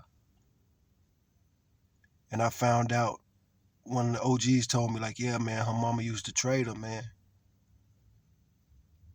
Like, what? And we allowed that? Hell no, we didn't allow that. But she'll find somebody that'd be down for it. We right next to this type of neighborhood. It's a different ethnicity, and they down with that shit. And she's big for her age. She blossomed early. She looked fully developed, and that's why she looked fully developed. It's not cute. It's not funny. I don't like rappers. Even Snoop. Snoop was my favorite rapper until he switched to pimp shit. Snoop Dogg debut album, he on the gangster shit. Snoop Dogg next album. Pimpin'. I don't like dudes that. I grew up in Chicago, man. I seen some fucked up shit. I don't like people who promote pimping or make it cool. Don't call me pimp. First and foremost, I'm folks. We call each other G. We call each other brother. We call each other a lot of things, but we don't call each other pimps. That's the motherfucking vice lords. That's the opposite dudes. Their gang symbols are pimp hats and pimp canes and the 5-point star. That's them. The Star of Man. That's them. We 6-point stars and pitchforks. The Bible is very important to us. So many GDs flip to Islam, especially even some of the top GDs, but at the very our foundation is the Bible. There would be no GD if it wasn't for the Bible. Gangster Disciples was the original name. Then morphed into Growth and Development. We are supposed to be a special group of people. We don't promote pimping. We don't promote destroying ourselves. There's a lot of horrible things in our neighborhood, things that can't be stopped. And we're not going to participate in it, but we're going to watch it and make sure it's copacetic. You're not going to keep killing us. We ran Al Capone and them out the neighborhood, out the ghetto. And now Donald Trump, who wouldn't give Larry Hoover a pardon, is up there talking about Al Capone like he was such a great dude. And look, I ain't got no beef with Al Capone, really, to be honest with you. Al Capone started the soup kitchens, and there's a lot of soup kitchens in black neighborhoods. The soup kitchens did a lot for black people. My mom's second marriage was in a soup kitchen, because most soup kitchens are churches. And the particular soup kitchen my mom got married to her second husband in, that was it was more of a church than a soup kitchen. Well, no, it's hard to say.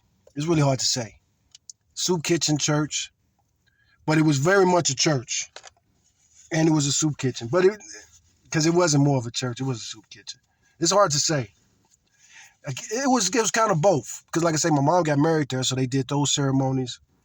But they fed people every day. They fed people 7 days a week. Church wasn't every day. Anyway, but here's the thing. Why is it so many people look at Al Capone like a folk hero and Larry Hoover like a demon? Donald Trump consciously chose that Larry Hoover should die in prison.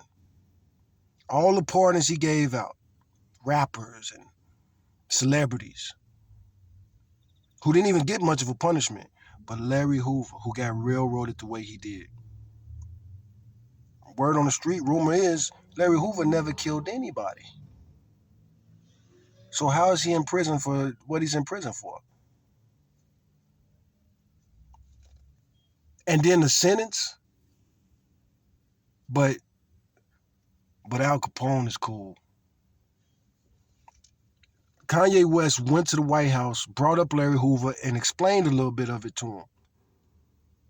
Did Donald Trump... It's only one or two things happen. Either A, Donald Trump didn't look into it, didn't give a fuck, or B, Donald Trump looked into it and was like, let him stand. He's good where he's at.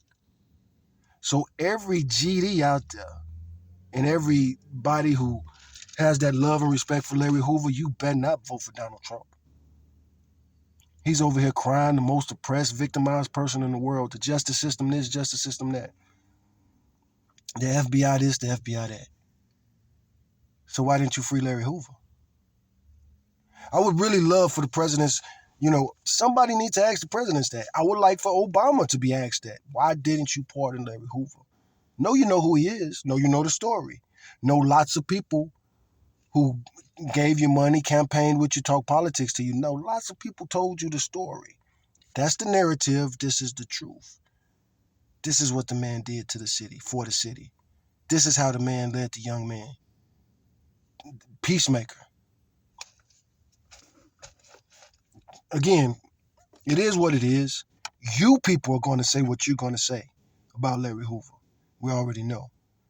And as us GDs, look, we quit. We gave up. Not all of we gave up. We quit. We quit our mission because why keep saving this black community that keeps turning on us every chance they get? George Floyd got murdered like that. Why? People recorded. Why didn't nobody step in? Like, hey, man, he's about to die. This motherfucker's dying. They watched the man get murdered. Why didn't nobody step up? Why didn't nobody say, man, fuck that, you killing him? Same motherfuckers quick to throw that name Puss out there. And Tom McDonald is on the side of, not George Floyd. George Floyd, people worship him. People worship him, or do people worship Trump? Who worships George Floyd? Name one person who worships George Floyd. One person. One person who said anything about him that compared him to Jesus or a savior. George Floyd is dead. Died embarrassingly, pathetically. He was in an interracial relationship. He dated a white girl. So he wasn't racist.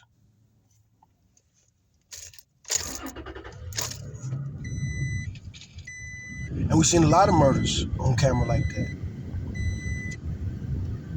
We saw what happened to Tamir Rice. Think about that. So, to sum it up, I know I started off talking about the gay stuff, but this was the argument that I was having with that gay dude. You guys are oppressed. You guys hijacked the civil rights movement. You guys will, about 12 trannies down. You can't say that on YouTube, can you? Look, man, I'm uploading this. I'm not making no money off this channel anyway. If I lose it, I lose it. But people say nigga who ain't niggas all the damn time. I see niggas on YouTube all the time. See it in the title sometimes. I Shat You Not is an OG YouTuber. That's his name. I Shat You, or is I Shat on You? Anyway, I bet you his YouTube channel's still on there. But he had a video back in the day called Niggers and Faggots with the hard R. I bet you it's still up. I bet you it's still up. Hey Siri. Open YouTube. I Shat on You, Niggers and Faggots. I don't know how to respond to that. You respond to it by opening a YouTube video titled Niggers and Faggots. Siri just shut off. Stop listening to me. So I want you guys, you're watching this with your own eyes. I'm black. I say nigger, it's a problem. How many videos on YouTube? I can't say it. I'm definitely a nigger. Ethnically, culturally. I remember when rap was new. You know, you go back to growing up in Chicago. I don't know if this was like this everywhere, but growing up in Chicago, they would edit the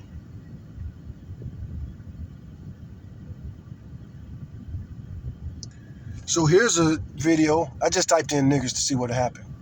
First thing come up, Escape from Alcatraz. I just hate niggers. I will watch that later. He's a free nigger from Django. So many videos with the word nigger in title, but I can't say it. I can't say it. Again, back to the early days of rap.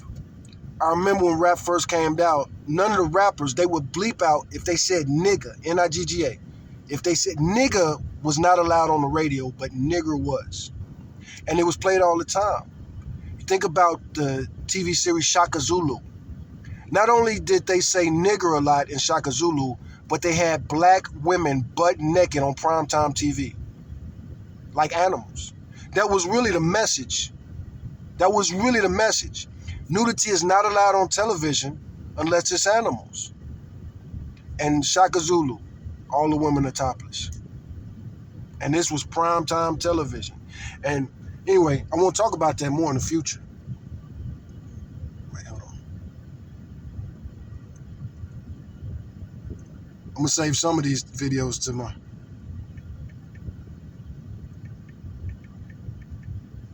So I typed in niggers and faggots. Please explain this double standard, YouTube. Please explain it. First video. So this is on David Pakman's channel. Blacks, faggots, poor people, not served. That's right there in the title. So the video I was thinking of might not be on YouTube anymore.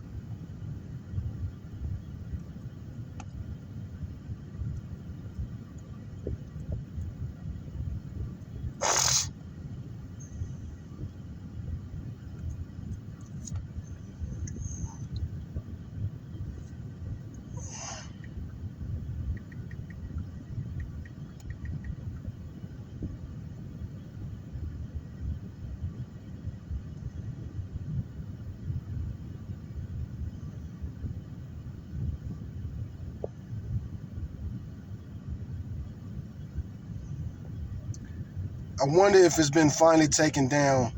But that was one of the first monetized videos on YouTube. I shat on you, niggers and faggots. And so I don't like white supremacists. I mentioned I had a white supremacist as a cellmate. So a lot of times I get into arguments with white supremacists on the internet. I'm the bad guy. I'm the one that gets blocked. I'm the one that gets investigated. Somebody will threaten me. And that's one reason I still live in Texas. I mentioned the thing, I don't like the governor and all that other type of stuff. But I've had so many arguments with people who threatened to kill me. And then I track them down. I find out who they are, and I might call their job. I might call, you know what I'm saying? This happened so many times, like 10 years, this was about 10 years ago. Motherfuckers will threaten me. I made my YouTube channel. This YouTube channel, I made it a couple months out of getting released from prison. So I'm a real ex-convict. Everybody gets to talk about prisons and all this other type of shit. You got even prison YouTubers talk about shankings and all type of shits. But me, you know what I'm saying? I really want to talk to somebody from YouTube. I want to get active on YouTube. I want to make my stuff, but I need some understanding. There's some fucking perverted pornographic videos on YouTube. Real live pornographic, disgusting videos. There's one video that was viral. I don't know how I found that video or how I saw it, but it's this white chick. She got this video where it's a bunch of teenagers having sex in the woods. Explicit images. Some stinking ass song. And it sucks. It sucks. The song sucks. It sucks. It sucks. It's not good music.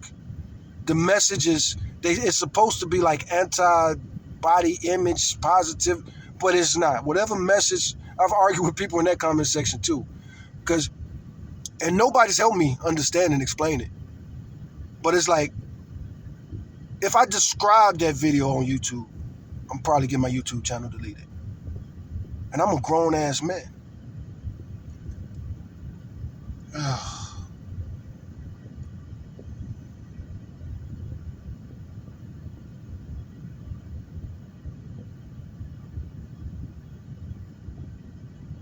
Oh, wait. I got to read that page. I got to read that page later, man. What the hell? What was I looking at on Pew?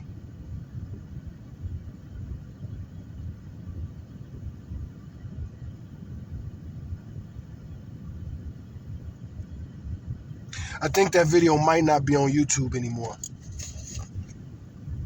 But again, I just showed right now. I might get in trouble. Even though I'm going to put over 18 for the video and all the other stuff. But it's really weird with YouTube. And one of the craziest thing is like, I'm a black dude from Chicago. Yeah, I'm also Jewish. Yeah, I'm also, a little Latino. Mixed with a lot of shit. But I'm a black dude, for the most part. And I'm blacker than most Americans. Being from that south side of Chicago, you know what I'm saying? I want to say the word. I'm not going to say the word. But I'm not stupid. I'm not a stupid motherfucking black person that says shit like, all black people do something that ain't true. Or don't know black people do this. You know what I'm saying? Like, black people eat pork. All black people eat pork. All black people eat chicken. Stupid stuff like that. Because I've seen all different types of black people on that south side of Chicago. I knew black Muslims. I knew black Christians, of very different types of black Christians. Super ultra conservative Christians. Like, some of them, was it Protestants? What was that one group of black people? No makeup, no... A lot of them, really. Every denomination. I know some Pentecostal. I know some Protestant. I know some ultra conservative black people. Don't wear no makeup. Children don't listen to no music. Children don't watch no TV. And leaving Chicago, I get to hear all them stereotypes. Or like something I experience outside the South a lot. I experience it, pretty much. I can get this question almost anywhere I travel. I don't know if it's because of my look or because of my name, but a lot of times people ask me what I'm mixed with. And, my mix is clear. If you're from a place that got actual black people, if you're from an actual black neighborhood. A lot of people say they're from black neighborhoods. You're not from a black neighborhood if at least 50% of the houses and the people that live there ain't black. But outside of, like, I'm in Austin. A lot of neighborhoods they will call black ain't even 10% black. That's Austin, San Antonio. I don't know about the other Texas cities, but I suspect that might be the thing. Now, I have been to black neighborhoods that are black, but I promise you, I could tell you towns where they call certain neighborhoods the black neighborhood, and them neighborhoods ain't black for shit at all. I ask you to bring me to a black neighborhood. As I look around, this neighborhood is clearly majority Hispanic or clearly majority white. And even you look at the restaurants, you look at the everything. Like, you call this a black neighborhood. No black beauty supply store. There's a salon on the corner, but they don't serve black people. Like, so, and that's most Americans. That's most of America. A lot of black people from black places and grew up around black people, they don't know what life is like. Like my fellow Chicagoans, you don't know what it's like outside of Chicago, man. You won't know until you get there. And even us, see, being from Chicago, you know that all niggas in Chicago ain't alike. First of all, niggas versus black people. That's some real shit. You could be a black person and people, as soon as they see you, like, man, what are you doing in this neighborhood, man? Please go back to where you belong, man. You don't belong here. You either here, what are you looking for? Who are you looking for? You don't belong here. Brother, my brother, please. Please, we don't want none of your shenanigans, brother. Please leave. What are you here for? You look like you here because you want to buy some drugs or some cheap young pussy. We don't play that here, especially with your kind. Old red pill ass nigga. See, red pill niggas was always around. They used to come around when I was young. And they were getting fucked up in my day. Nigga come to the neighborhood, you ain't got no respect for people. You think they should bow down to you because you got more money than them. You don't like the women because they whatever, pole chicks and all this other type of shit. You come around there flossing, showing off, talking crazy to some youngster, And this youngster whoop your motherfucking ass, or a group of youngsters whoop your motherfucking ass. Say, look, nigga, I told you, nigga, this ain't what I asked for, nigga, give me my motherfucking money back. Blah, blah, blah, blah, blah. Next time you better ask a little bit more respectfully, motherfucker. Because you're slumming it. You're just as bad as a white person that goes to the black neighborhood looking to get high, a party, or I use the word slumming it. Slumming it.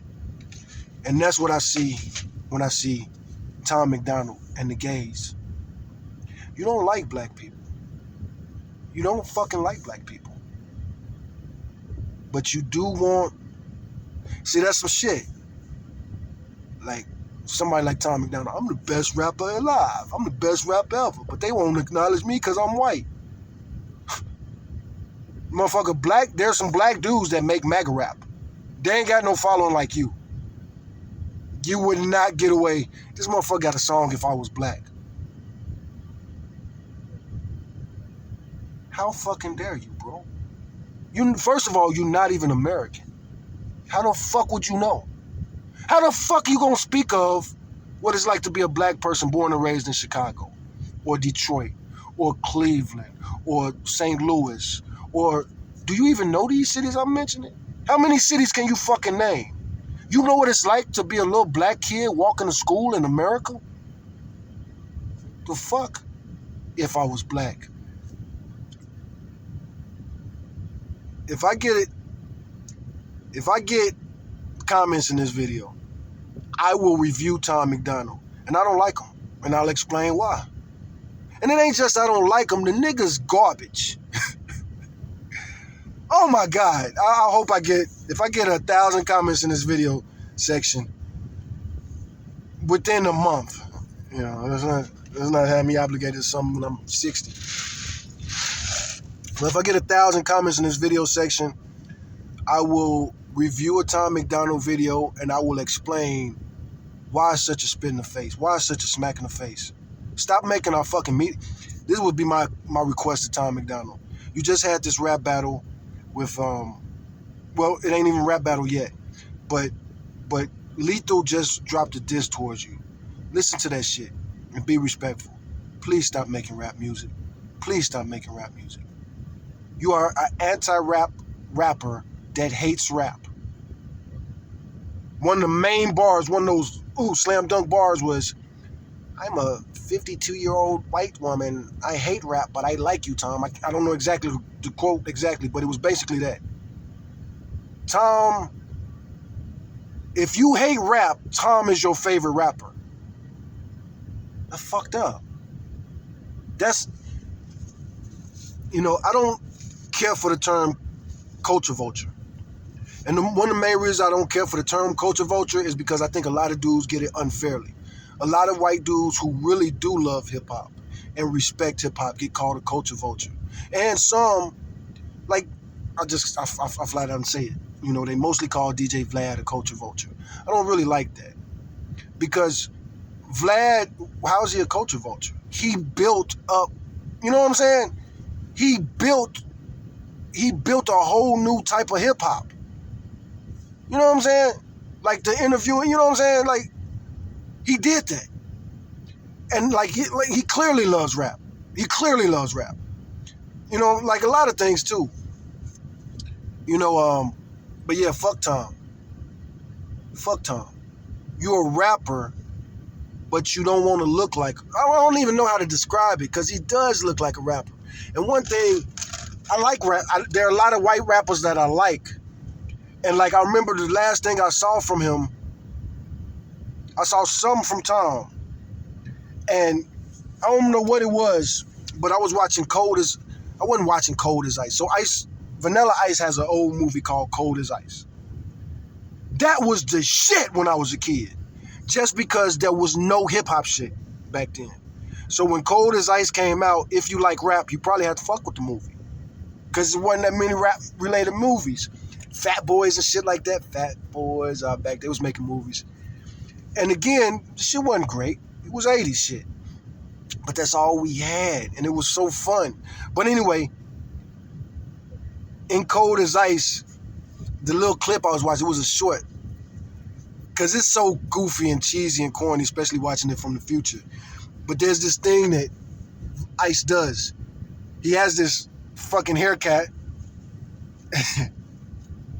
Drop that zero and get with a hero. It's that clip. But he's like making these faces. He's like Zoolander. Like on some Zoolander shit. And there was a scene of Tom McDonald where he made the exact same face Vanilla Ice made. And Vanilla Ice was trying to be, some of that was comedic with the Vanilla Ice thing. And you watch Tom McDonald do that, and it's like, think about Tom McDonald. It's like he took every gimmick rapper, every gimmick white rapper that is beloved, and he took a little something from that. He got a little Vanilla Ice. Think about that. He got hair like Tekashi 6ix9ine, and a little bit of MGK. The thing that offends me, and I don't even know, I probably shouldn't even say this because I don't know how Paul Wall feel about Tom McDonald. But, as far as I know, Paul Wall is like the grill, the white boy with the grill. He like the first one to do it, and he did it. And he smiled a lot. Paul Wall smiled a lot in his raps. And it was something about, that's what it was. Everybody was saying Tom McDonald killed Lethal in that first rap battle. So I watched somebody react to that rap battle because I didn't want to just watch it straight up. I already know Tom is garbage. It's hard for me to watch. I at least got to watch with somebody that can explain to me why this shit don't fucking suck. But anyway, he's dissing the diss that he supposedly beat Lethal in. Man, I hate that video. Like I say, 1,000 comments. Hit the comments because I do want to react to that, and I'm going to keep it 100. I ain't going to have no filter. But there's one scene where he like say a little line and he do the Paul Wall smile, and I'm like, nigga, you ain't Paul Wall. And then on top of it, so another thing in the Lethal diss.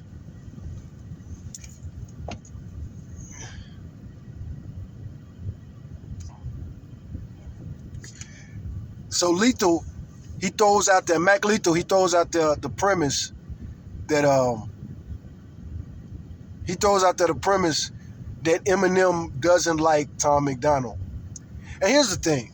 Guys like myself, I assume Eminem doesn't like Tom McDonald. First of all, let me go into my theory. Why would Eminem came out in the 90s, I think. Maybe 2000. But Eminem been rapping for years and years and years. How many times has he heard somebody compared to him? Somebody compared to him just because they white, and they got similar voice. A lot of white rappers do have Eminem was the first one to bring that nasally voice to the. I'm a rapper, but I'm nasally. He's kind of the first one to do that. And it's like all these rappers, they try to sound like Eminem, and they kind of sound like Eminem. And for Tom McDonald, bro, first of all, I think Eminem actually made a diss song to Donald Trump. And so this guy comes and makes a love song to Donald Trump. He's not even a fucking American. But anyway, that shit really is that's whole shit, man. I never liked Tom McDonald, but I probably never watched a full video of his. I probably couldn't watch it more than 30 seconds. So that's the premise. He says, Eminem made a video for Eminem. Somebody brought it to Eminem. Eminem watched it for 30 seconds and had to stop and just, he cringed and he cut that shit off. And again, let's have some empathy for Eminem. I'm not Eminem's biggest fan at all. Like I say, I probably already said some shit towards Eminem, like I didn't like him.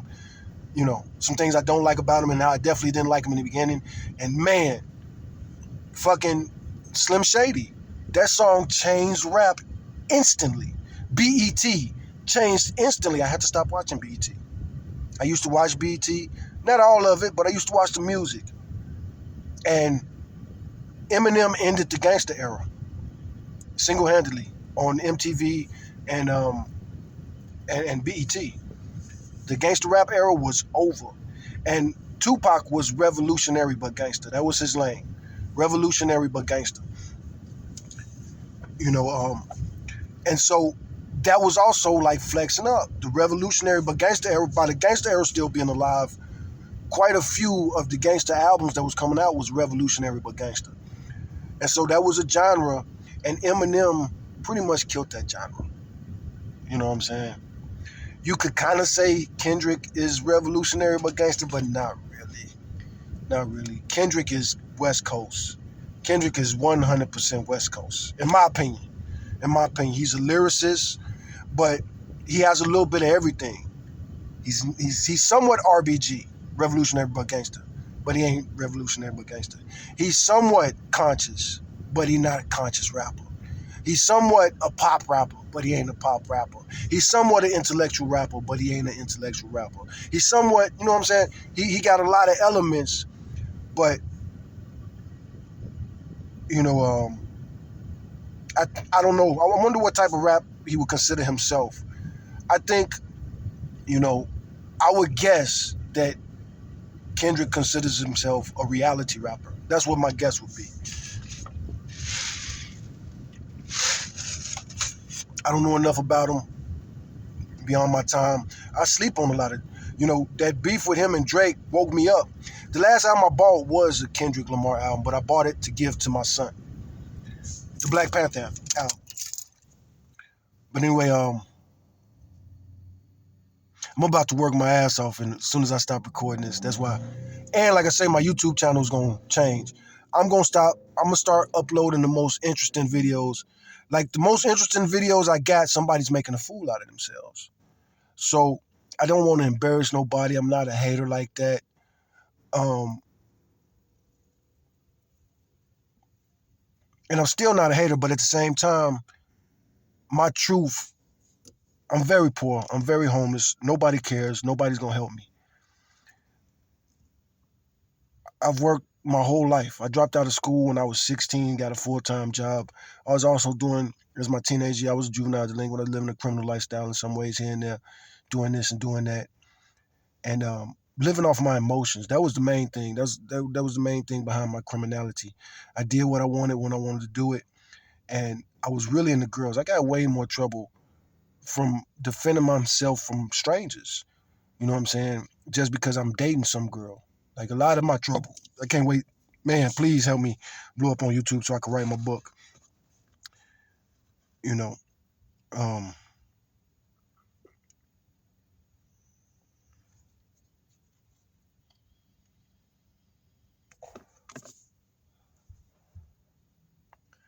I didn't talk too much anyway. Anyway, this is like a vlog.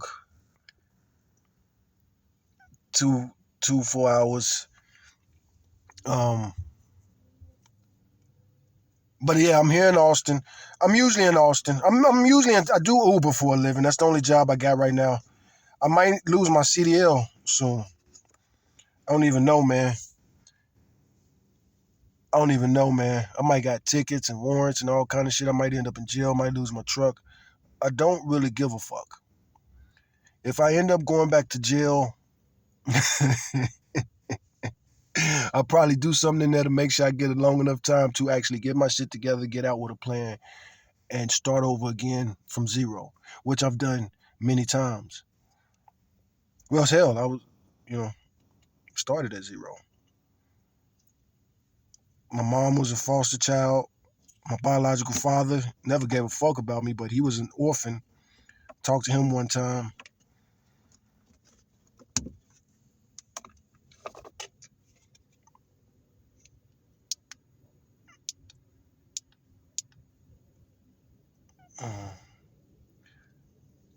But I want to talk freely, man. Again, something I hate about Tom McDonald. He's always rapping about free speech and shit like that. But you're on YouTube. Does YouTube give motherfuckers freedom of speech? YouTube is one of the main sites that is on the shit that he complains about. The LGBTQ2 gays have always had a lot of power on the internet. especially with YouTube, especially with Netflix. The gays gravitated to it early, and they funded it early. So, like you think about a lot of the early YouTubers, the earliest YouTubers to blow up. A lot of them was gay dudes. So they always, like, for real, if you know anything about the history of YouTube and the first guys to go viral, the first guys to make money, I can name some names because I've had beef with some of these dudes. I would like to talk about the beef. Hell, I'll talk about it. Shanae, I don't know his name. It was a white boy. He used to do these little skits where he was really disrespecting and clowning black women, playing this character, Shanae. Little white teenage boy. Now, at the time, I don't know how old he was at the time, but I think he was still a minor. I think he was a minor. No. But I think he was like 16, 17, 18. I don't know. But he used to do these skits, and they still on YouTube. I bet you they still on YouTube. So disrespectful and racist. But gay people are so fucking racist. Like I say, they don't see black men as human. They don't see our humanity for the most part. Most of them see us as sexual objects, if they see us at all. Either we're probably invisible to us, or I don't understand homosexuality, to be honest with you. Like, especially on a cognitive level. And the more you look into it and the more you study it, you know, you just don't get it. And as a poor black kid that had to really be alert, I was a street kid. And, I grew up in the days of Chicago, the vans and shit. The vans at the park, man, kids used to jump kidnappers. Real talk. And I mean kids, like 6, 7, 8, 9-year-olds. Somebody at the park trying to snatch one of us, and we are on them, beating the shit out of them. This shit I dealt with in the 80s. So, again, why do I seem so mad at some of these exchanges? I should be mad. Crime is worse than it's ever been, according to some of you fuck faces. But the shit that I experienced growing up in Chicago in the fucking 80s, in Chicago, the 80s and the 90s, the numbers were outrageous, unbelievable. And not just the numbers, but the lifestyle, the shit you would see on the trains and on the streets and in the projects. And kidnappings, man, all that type of shit. Like, the shit was so crazy. But to those people, to people like Trump, Chicago's worse now than it was in 1988, than it was in 1989, than it was in 1991. Mathematically speaking, how on earth could those people think it's worse? It's because they can't do what they used to do. What could a rich person do in Chicago in 1990? Somebody like Trump could drive into the worst neighborhood in Chicago in a limousine, and he could just pick people out. You, and you, come with me. And nobody will do nothing. If somebody tries something, the gangs will protect them, and if they have to go over the gang's head, they call the police, and they will. I really want to talk about that. I got videos where I talk about this shit. I really want to talk about that. Everybody got so much, especially all these people that supposedly love rap. You got so much to say about niggas in the hood. Have you ever been to the hood? You got so much to say about how easy it is to make it about the ghetto. How do you know? How do you know? Have you even walked through the ghetto one time? You've never walked through the ghetto from one end to the end, but you know what it's like to have to walk to school as a prepubescent kid. You know what it's like to have to catch the train cross town, cross Chicago. Of course you don't. If you're a red pill dude and you know what the women have to endure on the train and you still red pill and you think women should be more submissive and open and sexual advances, they should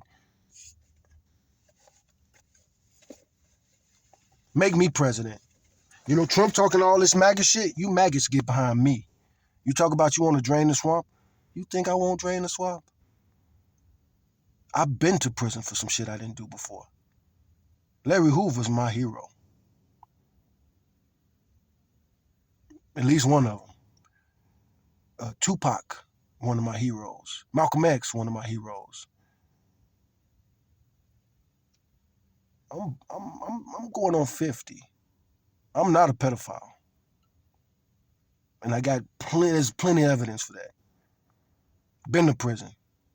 You better not stick a sex offender in my cell. Stick a sex offender in my cell if you want to. Square business. And I've been locked up all over Texas. Check it out. Ask about me. You couldn't, you know what I'm saying? They wouldn't put Donald Trump. They stuck me in a cell with a white supremacist that was bigger than me. And he had fucked up crimes. That's something too like about prison, my last prison unit that I spent most of my time on. You ask the black dudes what they in there for, normal ass, regular ass crimes that you can understand. You ask these white dudes what you in there for, damn. And you only got that many years for doing that? I ain't talking about my cellmate. Like I say, give me more subscribers and I'll talk about this shit. I would love to talk about this shit. This motherfucker, his charges was crazy. And he had the nerve to act like, you know what I'm saying? Motherfucker bigger than me. Motherfucker, a lot of times have to have the nerve to act like I'm the dangerous one. Motherfucker, we used to have some crazy debates about race and shit like that. Like, motherfucker, you the degenerate, motherfucker. Nigga, my shit is understandable. I'm in here for robbery. I come from utter poverty. I don't have no family, no financial support, none. The time I committed a robbery, I was living in a city that no other relative lived in. Was that true? Yeah, me and my mom still lived in the same city. She'd be leaving soon. She'd be moving out of the city soon. But, most of my life, I've had to take care of myself. And I got to listen to these motherfucking spoiled, pampered motherfuckers talk about how easy. Man, I got some stories. Like, when it comes to racism, it's like Chicago racism, Texas racism I experienced as a trucker driving coast to coast. I'm not just a trucker, I'm ex-convict. And is it racism? I won't talk about that so much more. Why do people stare at me? Especially when I should blend in. As a trucker, I dress like a trucker. I still dress like a trucker, really. But sometimes I show up to a truck stop, I'm dressed like a trucker, drove up in the truck, walk in, and everybody act really weird. I cannot be the first black trucker to walk in here. Or is this how you treat an all-black trucker? Or like that old Cat Williams joke, my favorite Cat Williams joke, I can see you? Why are you acting like this in front of me? Why are you clutching your purse and I see it? Why are you doing that? Why are you doing that to me? Why are you doing that to me? Why are you acting all nervous around me? I'm a human being. I could see you. I could see you. I deliver pizza a lot in this city. And in a lot of other cities. Really, a lot of other cities. I worked in a lot of cities delivering pizza. And I remember I worked at the busiest Domino's. I worked at several of the busiest Domino's here in Austin. But I worked at one right down there. And I'm a night guy for the most part. And the thing about working at a restaurant like that, at night, you drive up to the restaurant, you return to the restaurant, and you could park there. And you could see them because there's lights on in the store, and you in your vehicle. And you outside in the dark. So if you don't park underneath a light or something, you just park in a spot where there's no light, all they see is the headlights. They don't know if that's your vehicle, especially if you got a very common vehicle. So drive up, you park there, and you see your coworkers.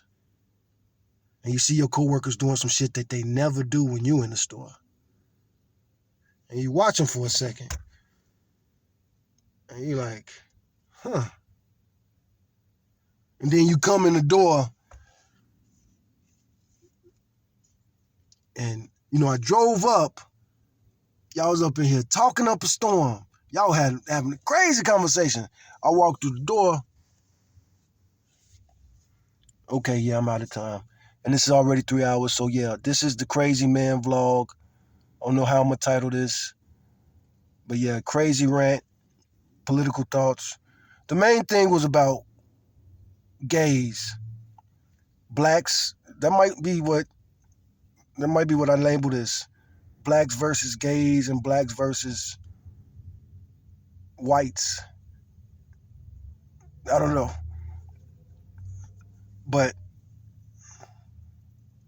man, I fucking hate Tom MacDonald. I do want to end on that. Them fucking videos, man. That shit shouldn't be. Hip hop is supposed to be raw and real and gritty. And he does it, but he does it his own way. Very Narnia-esque. His rap style, like people compliment his rap style. This motherfucker sounds like, when he raps, he sounds like the motherfuckers who wrote that play Hamilton wrote his raps. His raps don't sound like they belong in the club or in the car. They sound like they belong in like a church play. You know what I'm saying? He raps, and no shade to Christian rappers, but he raps like a Christian rapper, man. That's what he sound like. But the look, it's hard for me to get past the look, but also like the looks and the mannerisms, man. And then the gay stuff and the snowflake stuff. You talking this snowflake stuff, you talking this transgender stuff, and you got a transgender in your first video. Like that's the thing too about Tom MacDonald. Like, what is his fucking politics? Because you pander to the MAGA crowd. You pander to the MAGA people. And not just the MAGA people. It's an algorithm thing. He's an algorithm rapper, in my opinion. But like they use marketing software. I haven't been on that side. I haven't actually worked YouTube. I don't know about the algorithm. But I know back in the day when I was an internet marketer, way back in the day, this is definitely over 10 years ago. But I used to use this software called Market Samurai. And what Market Samurai is, it's like a keyword and a tag generator, or what it was. I'm sure they're still around, and if not, I'm sure there's other things that do it. But what it would do is it would search the internet for what's most trending. And it would tell you what to make. It's SEO, search engine optimization. And that was SEO wars back in the day. Everybody wants to know how to rule an algorithm. Super competitive. And even though I don't use Market Samurai these days, I don't look for the trending keywords and none of the stuff like that. But when I hear Tom, because I'm a news junkie, and that's one thing that killed me, like I say, killed my friendship with my buddy. He told me that Tom was the best rapper ever. Best political rapper ever. You know what I'm saying? You got to be careful what you say like that because, yeah, you said that, but what are you saying about Tupac? When you say somebody's the best ever, what are you saying about the person I think is the best ever? You know what I'm saying? Just like LeBron and Jordan. If you say LeBron is the best basketball player ever, you say that, Jordan, the way he played wasn't smart. It wasn't good. It was bad for basketball. Because Jordan and LeBron play so completely different. So completely different. They got completely different games. They got different temperaments. Everything about them is different. So if you say LeBron is the GOAT, then I would guess Jordan ain't your number two. If Jordan is, because they play it so different, you're going to like somebody, maybe John Stockton or something like that. Somebody who is more of a facilitator, as they say, as opposed to Michael Jordan, who's an executor.